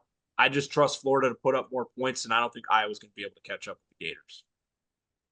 Yeah, I 100% agree with you, Yak. I'm gonna take Florida here as well. My only concern is if Iowa could hang tight with them, it would be just like the Mizzou game last year. If they can change the tempo and they can control the game with the pace. That's my only thing that could happen. But I don't think it's gonna happen. I think Florida's going for the repeat, and I think they really do control this game, and I think they win by 10 plus. Yeah, I've gone back and forth on this one. I think this is the only 9 seed that actually is probably going to give their 1 seed a game. I do think, contrary to the belief, I do think that Iowa's going to control the pace. I just think that Florida is too talented all around that even if it gets to a slower pace, they'll still outscore them. But I do think if Florida lets Iowa hang around to the last 4 minutes, it would not shock me one bit if Iowa wins this game. But you can give me Florida. And they will take on the winner of Vanderbilt and Troy. JP, I'll let you go first here because these, I believe, these were your two winners. These were your two winners as well, Beav. I took Nebraska, but JP, I'll let you go first. This is the actual matchup that you have. Yeah, I just want to go on the record. If Nebraska beats Troy, I think Nebraska beats Vanderbilt. Okay. If Vanderbilt gets Troy, I think Vanderbilt keeps winning. I think the Vanderbilt hype after that SEC tournament has gotten a little too high. I know their metrics are great, but as Big Ten fans, Wisconsin does this on a yearly basis. Greg Gard Yeah. always makes it to the Big Ten championship, and then they sputter out in March. I feel like I don't want to say it's going to happen to Vanderbilt, but I see everyone is like so sure shoot in that Vanderbilt's going to win this and then beat Florida, and that they're a Final Four contender. And I think they have the metrics to do it. I don't know if Final Four is really going to be the ceiling here for this team, or the floor rather. I still think they beat Troy. Give me Vanderbilt. Yeah, I don't think this game's close. I think they win by 20 plus. Granted, Troy's a great team, but I think Vanderbilt runs them out of the gym, and give me Vanderbilt. I'll take the Doors as well. I was going to take them over Nebraska, so I don't see why I would have all of a sudden take the team that I have losing to Nebraska over them. And also, like I said, being in the field, being a journalist, being a broadcaster, I'm a sucker for storylines. I'd love to see that rematch of the SEC tournament, Florida and Vandy, in the next round. So I'll take the Doors to move on. That is the upper part of this side in this quadrant. Beeve, floor is yours, man. I'll let you talk a little bit more about your Illini now. They square off with VCU 3v11 in the round of 32. Yeah, I might be a little biased from saying this, but I'm more scared of Penn than North Carolina and VCU. I'm gonna be completely honest with both of you. Uh, I think whoever we get out of this game, I think we win by 10 plus, and I think the Penn game's just gonna really wake us up, and then we get going. So I don't think Vesasar is going to be a problem for. I mean, Tommy's terrible. Don't get me wrong, Tommy. I hope you don't watch this video, but he is not very good. He's got worse than last year. He's digressed.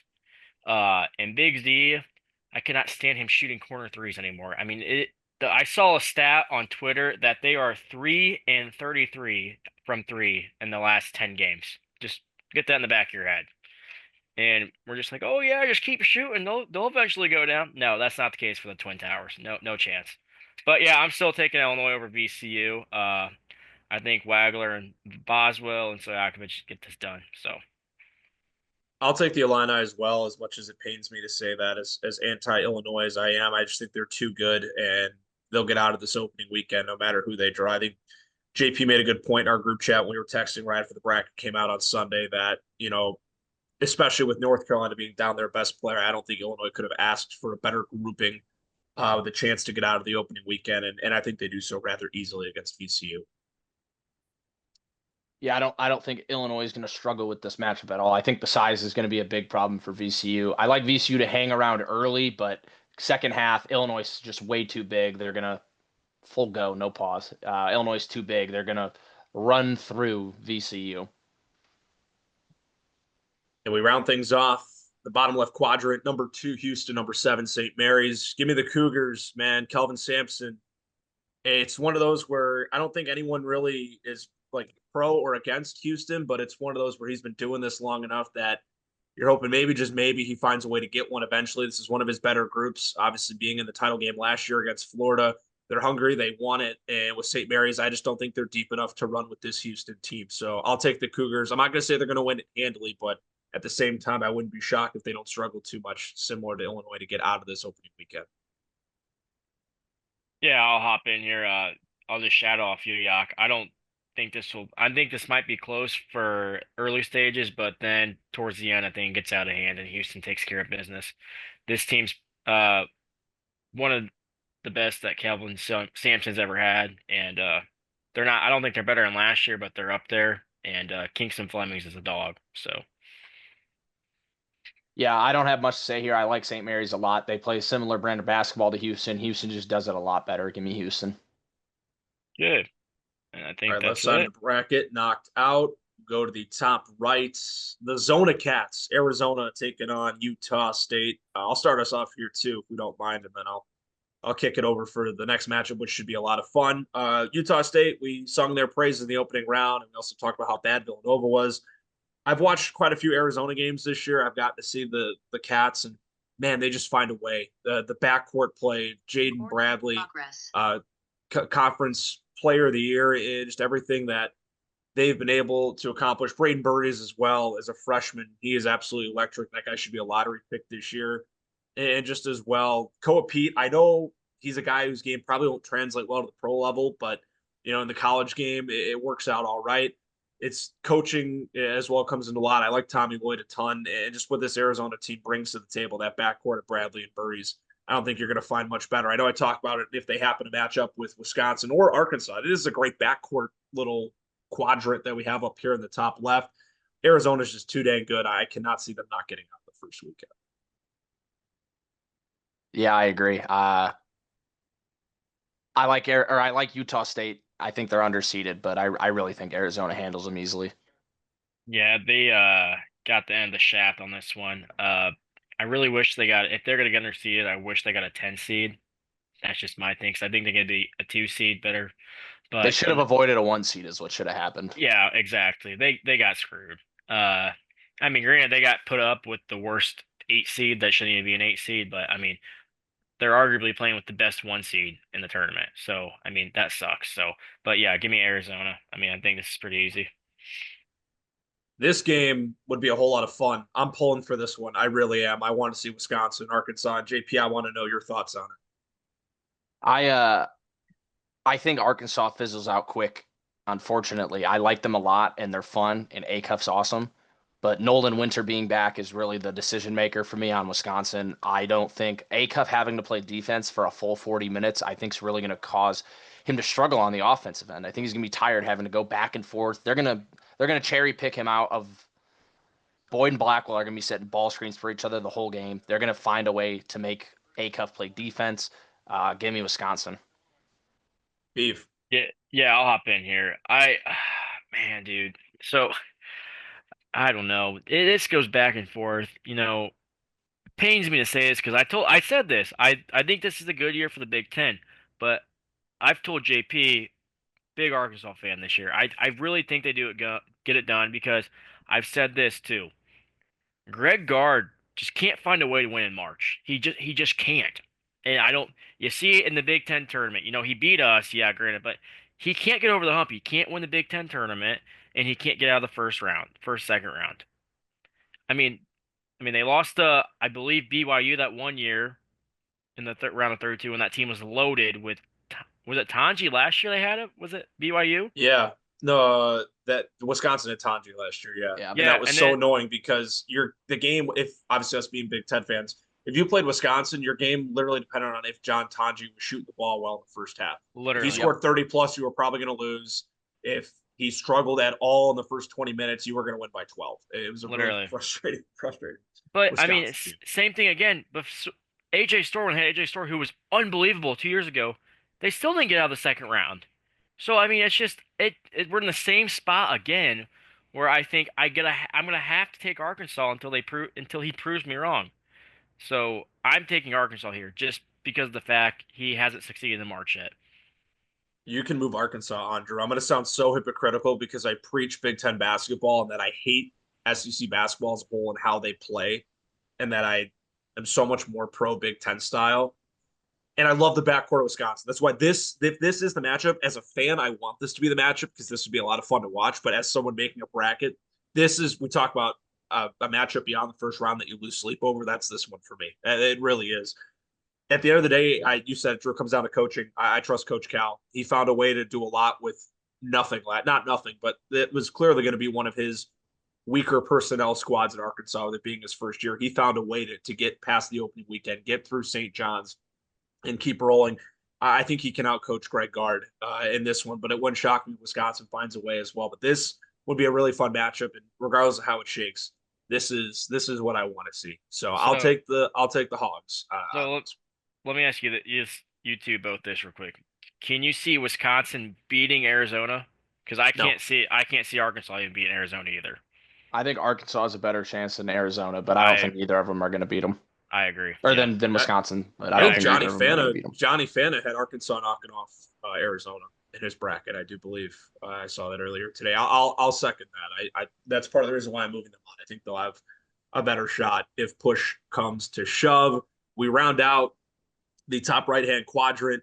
BYU and Gonzaga. Beav, I'll let you start Yeah, JP already knows my pick. I'm taking Gonzaga here. I think it's gonna be a close one in the 5 to 7 point range.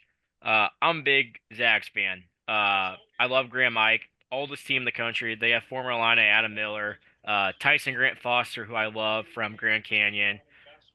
Just a bunch of old guys that I like. I mean, they're unbelievable. I like them.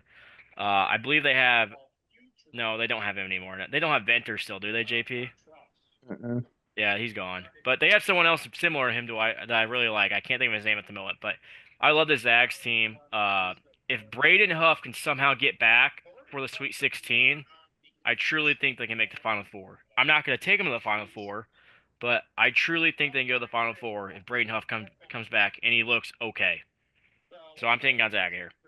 I'll take the Zags as well. Shout out Braden Huff, another Chicagoland area guy. It's been really fun to watch his game grow and ascend in his time at Gonzaga. Didn't play his freshman year, got redshirted as more of a project player, and he's turned out to be a really, really good fundamental piece for Mark Few. Listen, man, regardless of what Gonzaga has and what they bring to the table, they find a way. I feel like they always, whether they are a team that people like or if they're as a three. I know they're a three, but they're maybe not a super loved three seed compared to the others in this field this year. Mark Few always finds a way to get to the Sweet 16. It feels like him and Tom Izzo are very much in lockstep of finding a way out of the first weekend. And I just don't see a way where he loses to this BYU squad. I'll take Gonzaga as well. Yeah, I mean, I was going to take BYU to potentially lose to Texas. I love the Zags. I love the team, even without Braden Huff. Give me the Zags over BYU. And Gonzaga will take on the winner of Miami and Purdue. This game won't even be close. Yeah, I'll start. And I said how gross Miami, Missouri. I hate that. It's my least favorite 7-10 in the field this year. Purdue coming off a Big Ten championship. As much as I don't like the Boilermakers, they consistently as well find a way to get things done. And if I really don't like either team in the 7-10, why would I take them over the Boilermakers? And that will set up for a very fun matchup in the Sweet 16 against Gonzaga. Give me Purdue. Yeah, I'm not even gonna say a word about this. This game is disgusting.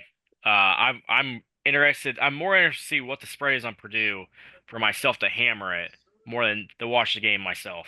But I'll be taking the Boilermakers in here.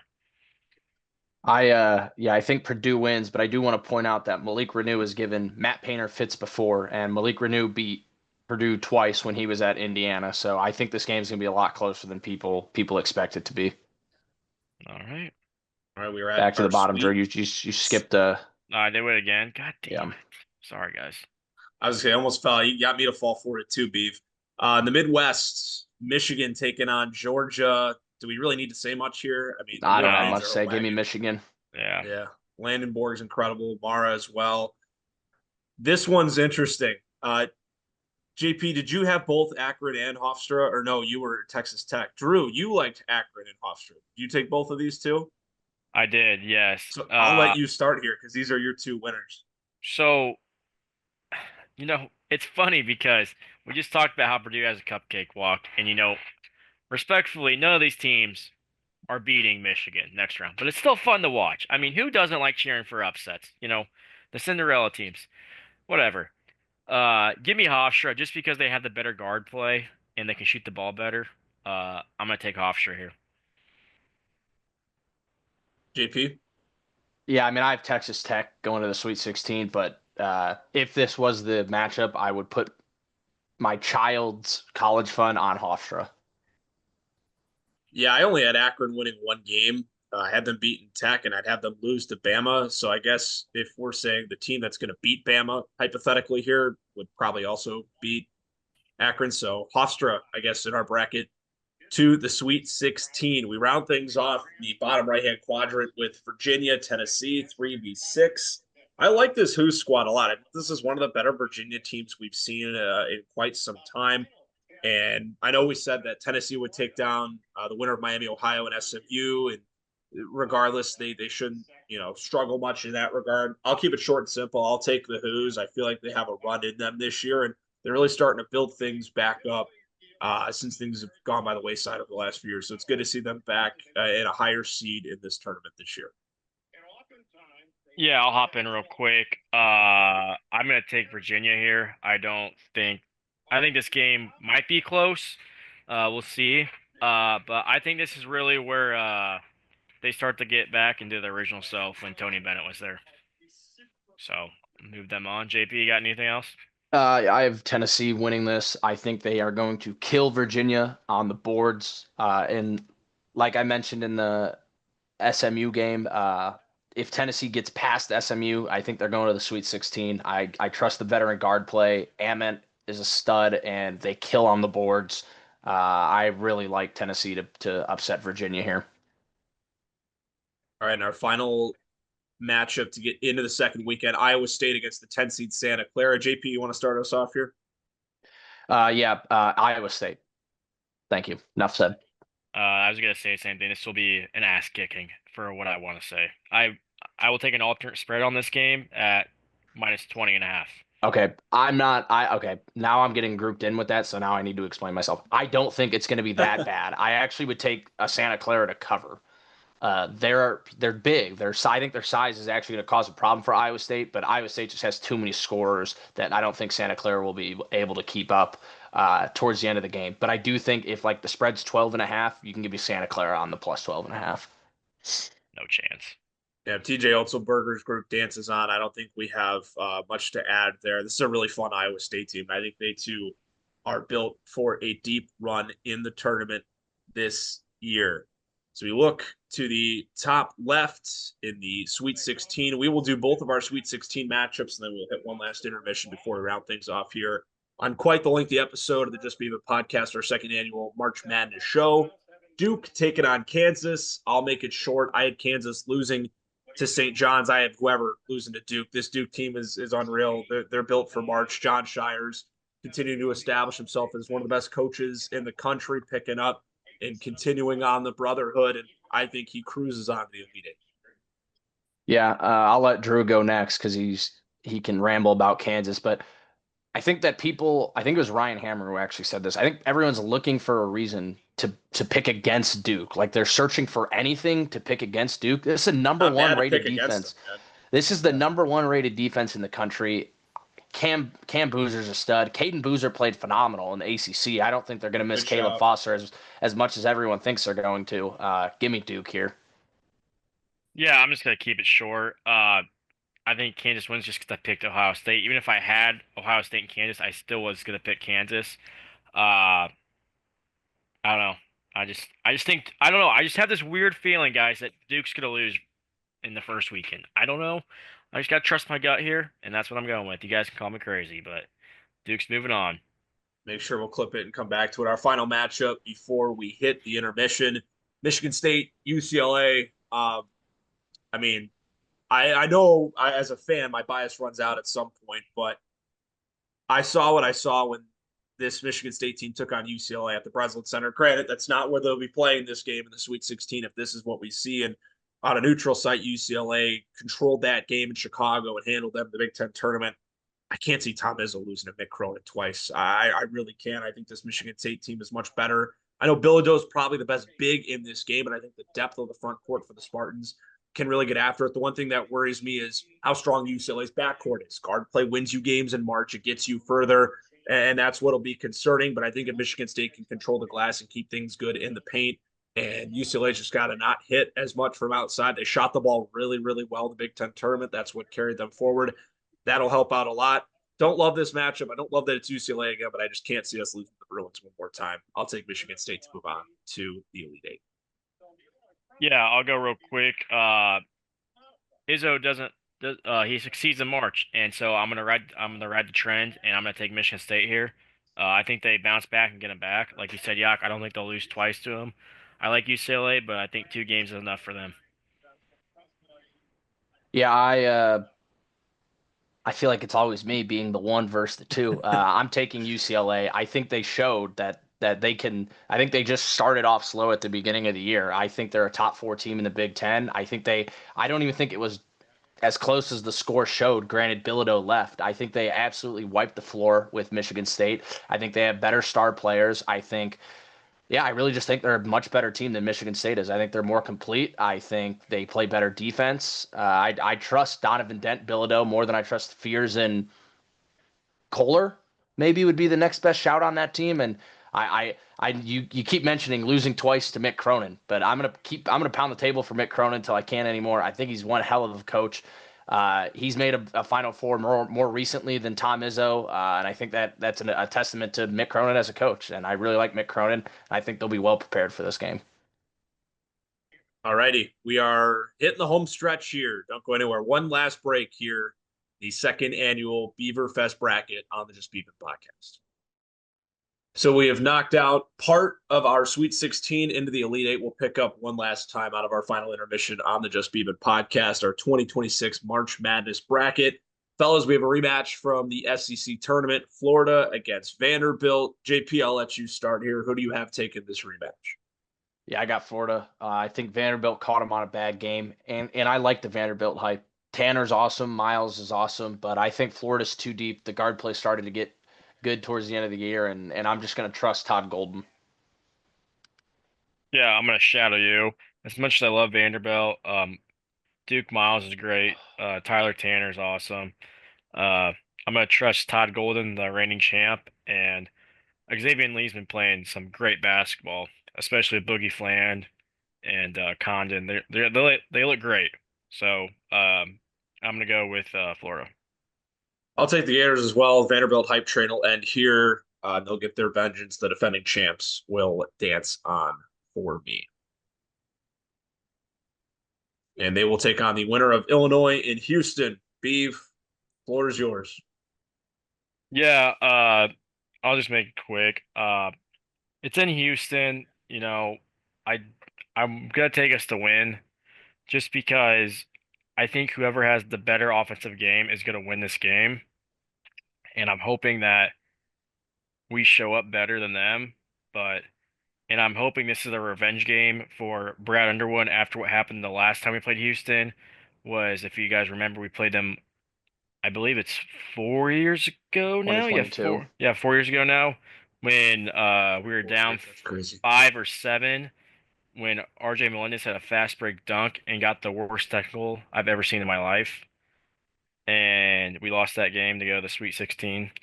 So yeah, I'm gonna take Illinois here. I think if this matchup happens, I think this is a big Kylan Boswell game. That's my prediction. Yeah, Boswell. All I'll right. just jump in. There's no chance in hell Illinois wins this game. I don't care if I get clipped. If they do, the three of us could score 80 on Illinois. Houston's going to limit them and then take advantage of them. Their bigs are some they can shot block, sure, but they can't actually play defense. Houston's going to feast on them all on offense and then slow them down on defense. I have no doubt in my mind that Houston wins this game by double digits. Yeah, Houston's not really going to break much of a sweat. We said in the opening weekend they weren't really going to break a sweat with St. Mary's being their better matchup. And I'll just take the winning pedigree, man. I'm going to ride the Kelvin Sampson train. I'm kind of more pulling for it. If anything, Kingston Flemings is so great. There's so many talented freshmen in the tournament in college basketball this year. Just another guy who I think can take them even higher. And I just trust Houston a lot more. So I'll take the Cougars as well, advancing them on. Sorry to our Illini guys. In that regard, do we really have much to say here? I feel bad. We haven't talked about Michigan at all, guys, but we really haven't needed. I'm Oh, sorry. I messed up again. I'm sorry. Sorry. we're gonna go to Arizona, Arkansas instead. And as I mentioned when we got here, Johnny Fanta, play-by-play college basketball broadcaster, the college basketball personality to see online. He has Arkansas beating Arizona. JP, do you have that being the case as well? No, I mean I have Wisconsin beating Arkansas, so give me Arizona here. Beef? Yeah, I'm also, I don't know, because I don't know. I don't think it's going to be all ones this year, but I'm going to take Arizona and be, and just take it a chalk here, but I think it's going to be a really close game. Yeah, I don't think it would be right for me to hype up Arizona the way I did just to have them lose to Arkansas. I think the backcourt of Bradley and Burries will have a plan for A Cuff and company. And I'm not saying it's going to be easy for them, but I think Tommy Lloyd can get the best of John Calipari here and move on to the Elite Eight. They'll get the winner of Gonzaga and Purdue. This is where things get interesting. Mark Few against Matt Painter. Are we weighing in what Purdue has done? What have you done for me lately? And winning the Big Ten tournament, taking down Michigan or Gonzaga, as we mentioned, hoping they get Braden Huff back and a team that just continually finds a way to get it done. I'm going to push my Big Ten bias aside. Give me the Zags here. I really like this group. And obviously, it mentioned playing Kennesaw State in the opening round, not much of a test. And we think they're going to handle BYU. So this is also going to be, in our opinion, their first real test. And I don't know what Braden Smith and company could have for Gonzaga. I don't know. But once again, trying to not go all ones and twos. And there's just something about it. Mark Few, similar to Kelvin Sampson, a guy who hasn't quite gotten there yet. I think this is a year for him to make a little bit of a run. So give me Gonzaga. Yeah, I'll hop in here. I also think Gonzaga is going to get the dub here. I think just the veteran play. Now, Purdue also has veteran play, so this is a really old group of guys playing against each other. But, I think Purdue's legacy with Braden Smith, Fletcher Lawyer, TKR, I think it ends here, and I'm taking the Grand Mike train here. Yeah, I'm also taking the Zags, but I think whoever wins this game also knocks off Purdue or Arizona. So I do want to preface that. Purdue's playing some of the best basketball in the country. If that version of Purdue shows up, I think they handle the Zags easily. But then the Purdue that lost by 30 at home to Iowa State can also show up, and that's the version I think we're going to get here as they spuddle out versus Miami. I think Miami plays them close. They drag on, and then I think Gonzaga gives them the work the next week. Yeah. Should be a really fun matchup. I think as fans, we're hoping that's what we get on that side of things. Now we get Michigan and Hofstra. JP, like I said, I feel like we haven't really mentioned Michigan much. We kind of glossed over them in Georgia and that matchup in the round of 32. What do you got here on the Wolverines? Obviously, we're all going to have them take down Hofstra, but is there anything that really sticks out to you with this group? Yeah, I think in the Big Ten tournament they didn't play through Lindenborg very much, and I think that showed up in their scores. I mean, they played Wisconsin extremely close, they played Ohio State very close, and then they played Purdue really close. I think they need to go back to what's worked for them. I don't know if the case on injury is what's catching up to them. And the one thing I know he's played great all year, but something about Elliott Cadeau and March scares me. I think they handle Hofstra here, and even if it's Texas Tech, I still think they handle them. But if it's Texas Tech here, I think Texas Tech gives them a run for their money. I think Michigan or Florida is probably going to be the first one seed out in this tournament. Yeah, the Yeah. Kaysen injury is Go ahead. one that gets talked about a lot, right? I feel like that's some people are saying that the other shoe is going to drop eventually. That's going to come back to get them. Obviously, it's not going to here with Hofstra, but that'll be interesting if it isn't them or down the line, past the first few games when that really comes to bother them. We didn't really talk about Morez Johnson, Beeve. I know another one of your faves earlier on when I glossed over a couple of players, but you gotta. And I hate to do this because I'm a state guy, but you applaud what Michigan did in the portal this offseason, bringing in guys to make an impact, and you can win one of three ways really. Bringing guys in to develop, like a Michigan State, like a Purdue, uh, the constant one and done system, like Coach Cal, or if you look at what Duke does, or how Michigan's doing things now by going and getting guys in the portal. That's really your three options to win and win in a good fashion in college basketball. That's what the Wolverines are doing, and it's worked to perfection for them this year. They haven't really met their match in a team that they can't handle. So it'll be interesting to see once we get to the Elite Eight how things shape out for them. Yeah, I don't got much to say here, but I will say this. I know JP touched on it a little bit. I do think this team is missing LJ Casson. That dude is a dog, and I think you guys are gonna make fun of me for this, but I think that was that team's Andre Curbelo, as I phrase that to this Michigan team. You bring everything back to Illinois. I know, but he just brought so much life off the bench for that team. I mean, he just looks great when he's out there, and he's a fun player to watch. It sucks he can't be on the team, but I'm taking Michigan here. And they will take on the winner of Virginia and Iowa State. Drew, I'll let you start Uh, I think if Iowa State, which I do think they'll beat Santa Clara, if this is the matchup, Iowa State versus Virginia, I don't even think this will be a close matchup. Again, like I said, I think if they win easily by 10 points and they won't even be, uh, they won't even be close. I'm taking Iowa State here. I'm taking the Cyclones. I'm assuming you are as well, JP, given that you would have Tennessee beating Virginia. Yep. Yeah, and I'll take Iowa State as well. This team's just too good to fall out as they are. And I know it looks chalk as we get to the Elite Eight. A lot of ones, a lot of twos. But hey, that's how it went last year, man. Like that's how you're gonna run into things a lot. Duke and Michigan State. I'll rip the Band-Aid off. This is where Sparty comes to a close this season. I have them bowing out to Duke here. It would be a good run. And as mentioned, this will be a tricky path for Michigan State. South Florida, as JP brought up, will not be a cakewalk as an 11 seed if that's what they draw in the round of 32. And then UCLA is a team they'll have seen for a third time. You never know what's going to happen there, but I do know what's going to happen with Duke. Duke's just the more talented team, and that's what's going to win you games later on in the start of it. Yeah, so as I took Kansas and Ohio State, both are out now, so it fall to me to take Michigan State, but I assume JP will take Duke here. So Yeah, I think I'm pretty sure if I recall correctly, Duke already pummeled Michigan State at the start of the season. Did they? it was like 5 points, I It think. wasn't a pummeling, but they beat Michigan State. Yeah. I thought it was like a 13-point win. Anyways, yeah, I think Duke's gotten much better as the season's progressed. Dame Sarr is going to absolutely clamp Jeremy Fears. I don't think that's even going to be a problem. And then I don't know how Michigan State's even going to run their offense. Give me Duke by 20. This is a game I will be alt spreading.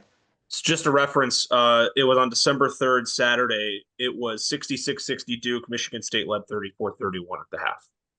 Interesting. So Yeah, I thought it was closer because I remember watching that before the Illinois it Tennessee. was Cam Boozer showed up in the second half. That's what happened. He was kept pretty quiet the first 20 minutes, and he erupted in the second half, and that Then was pretty much all she wrote. Yeah. So then let's scroll down to the bottom left hand quadrant here. The winner, Duke, will take on the winner of this national championship rematch. Talk about storylines. It doesn't get much better than this. JP, do you have Florida downing Houston in the second straight year in this tournament, or do the Cougars get their revenge? Cougars get the revenge. Pest on defense is going to be the story of this game. I think the front court for Houston can match Florida's size, and I think the backcourt for Houston can match everything that the Florida guards are capable of. Give me Houston here, cementing themselves in the Final Four and getting their revenge. oh well, I'll as I just took, second that. Yeah, yeah, I'll take Houston. yeah, I would take Florida, but yeah, that's fine. You want to just do this one, or you want me to go back up? We could Okay. stay down at the bottom right if you'd like. If that's Okay. easier for you, Drew. Michigan and Iowa State. Beeve, do you think we keep talking about that LJ Kason injury? Is that finally going to get him here? Does Iowa State get a trip to the Final Four out of this? I do. I do think Iowa State does get the appearance to the Final Four, and I think big old TJ gets it done. As much as I love Dusty May as a coach, as much as I hate Michigan, uh, it's hard to root for him at Michigan, but I think Iowa State gets it done. I think they have the better athletes. Joshua Jefferson has impressed me a lot. I did not think he'd be as good as he is at Iowa State. And then you go over and look that they have the best three-point shooter in the nation shooting at a 51% clip. I mean, I just watched him last Saturday go 6 for 12, and I believe it was the first half. I could be wrong, but it was unbelievable. That guy is so special to watch. Mihailo Mitrovic, I can't even say his last name. I'm not even gonna say it Yeah, that because was an awesome game with Arizona. yeah. That was It was awesome. great. But I'm taking Iowa State here. JP, I'm also taking Iowa State. I think this is, like I mentioned, I think we could see Michigan as the first one seed out. I love Iowa State. Everything about them. Give me Iowa State here. Big 12's a wagon, man. I'll take Iowa State as well. Partially biased because I do need Michigan to lose eventually. Can't have them win the title, and I think they're healthier and they're just a deeper group. So I will take Iowa State. JP, we know that you said you're going to take Gonzaga to beat, or the winner of Purdue Gonzaga to beat Arizona. Drew, where do you stand on this? I'm exactly the same thing. I already told you guys this. I'm predicting Braden Huff comes back into the Sweet 16, and I think they start just rolling when he comes back. Now, is he going to be 100%? Probably not. But I mean, I think just having him back just helps the team mojo, and I think it's going to be enough to beat the Arizona Wildcats. I'm going to ride the Wildcats as well, and I know that would mean that this bracket on my end would feature three Big 12 teams in the Final Four, which doesn't look super realistic. But I just think Arizona, it's another cool storyline, right? It's Tommy Lloyd going against his mentor and Mark Few, a guy we worked with at Gonzaga. So continuing to pile on with the storylines here, and I think he gets the best of them. But obviously, that doesn't matter here in our bracket. It's 2 versus 1, and we have Gonzaga in the Final Four. So if we scroll down or scroll up, rather, is it up or down? It is down. Our Final Four features one seed, two seeds, and a three. Duke against Houston, Gonzaga against Iowa State. If my memory serves me correct, I believe we saw Duke in Houston last year. In the Final Four, yep. We But did. Duke was up like 7 with a minute left, and Houston came back and won.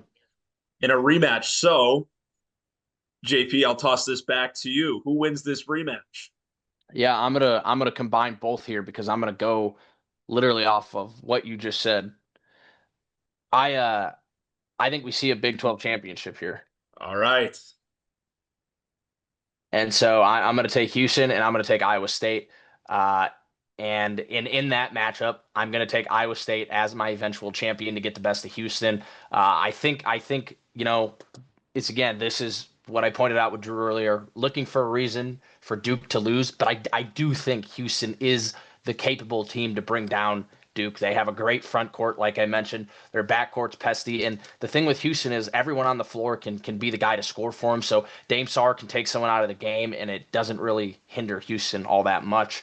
And then Iowa State versus the Zags. I unfortunately don't think the Zags have the guard play to play with Jefferson and Lipsy and Momo Silovic, whatever his name is.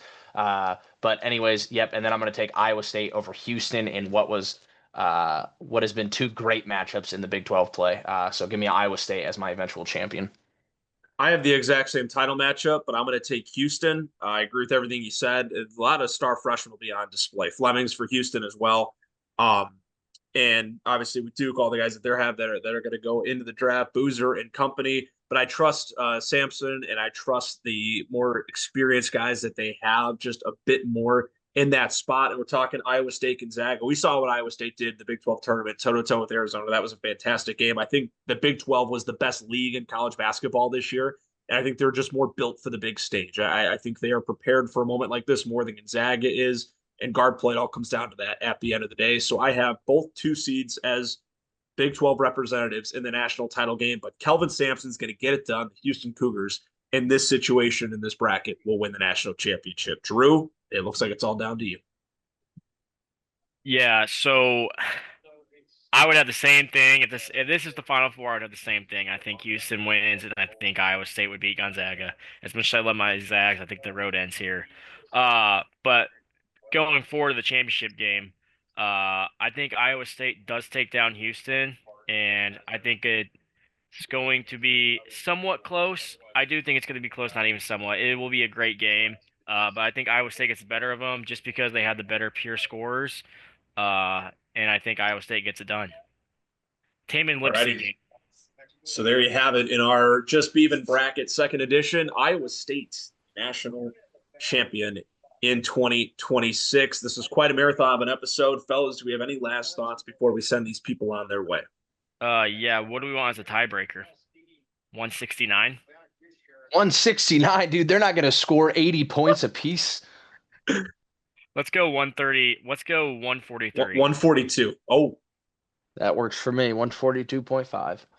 that was pretty creepy. But yeah, fellas, we've been on the horn for a while, so I don't really have anything else to add. I will add one thing once we log off is that if you are all interested in competing against us in March Madness this year, this episode will be coming out on Wednesday. So if by chance you are watching this Wednesday or very early Thursday morning, head out to our Instagram page, beaver.fest. We are having a challenge this year. It is a paid entry challenge, but if you want to compete against us as well as some guys from the Beaver Fest League, make sure to head over, check out that post, shoot us a DM, and we'll get you all the information to get involved in that challenge. But other than that, happy March Madness, happy dancing. Hopefully everybody's got their dancing shoes on and ready to roll on Thursday. Should be a fun opening weekend. Drew.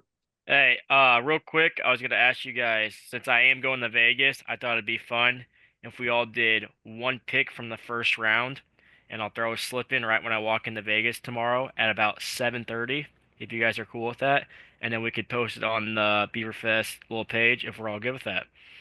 Yep, What my play what day do you is want it to be for? Or does it matter? Yeah, we can just go day one. We can go for Thursday, or it could be for Friday, Thursday or Friday games. That's fine with me. okay. My Thursday play is St. Mary's, whatever the spread is. I think it's 3.5 right now. I don't know if it'll be like that when you get to the book, but St. Mary's minus 3.5 is my play for Thursday. Okay. Come back to me, Beef. I'm looking on Uh, Thursday right now.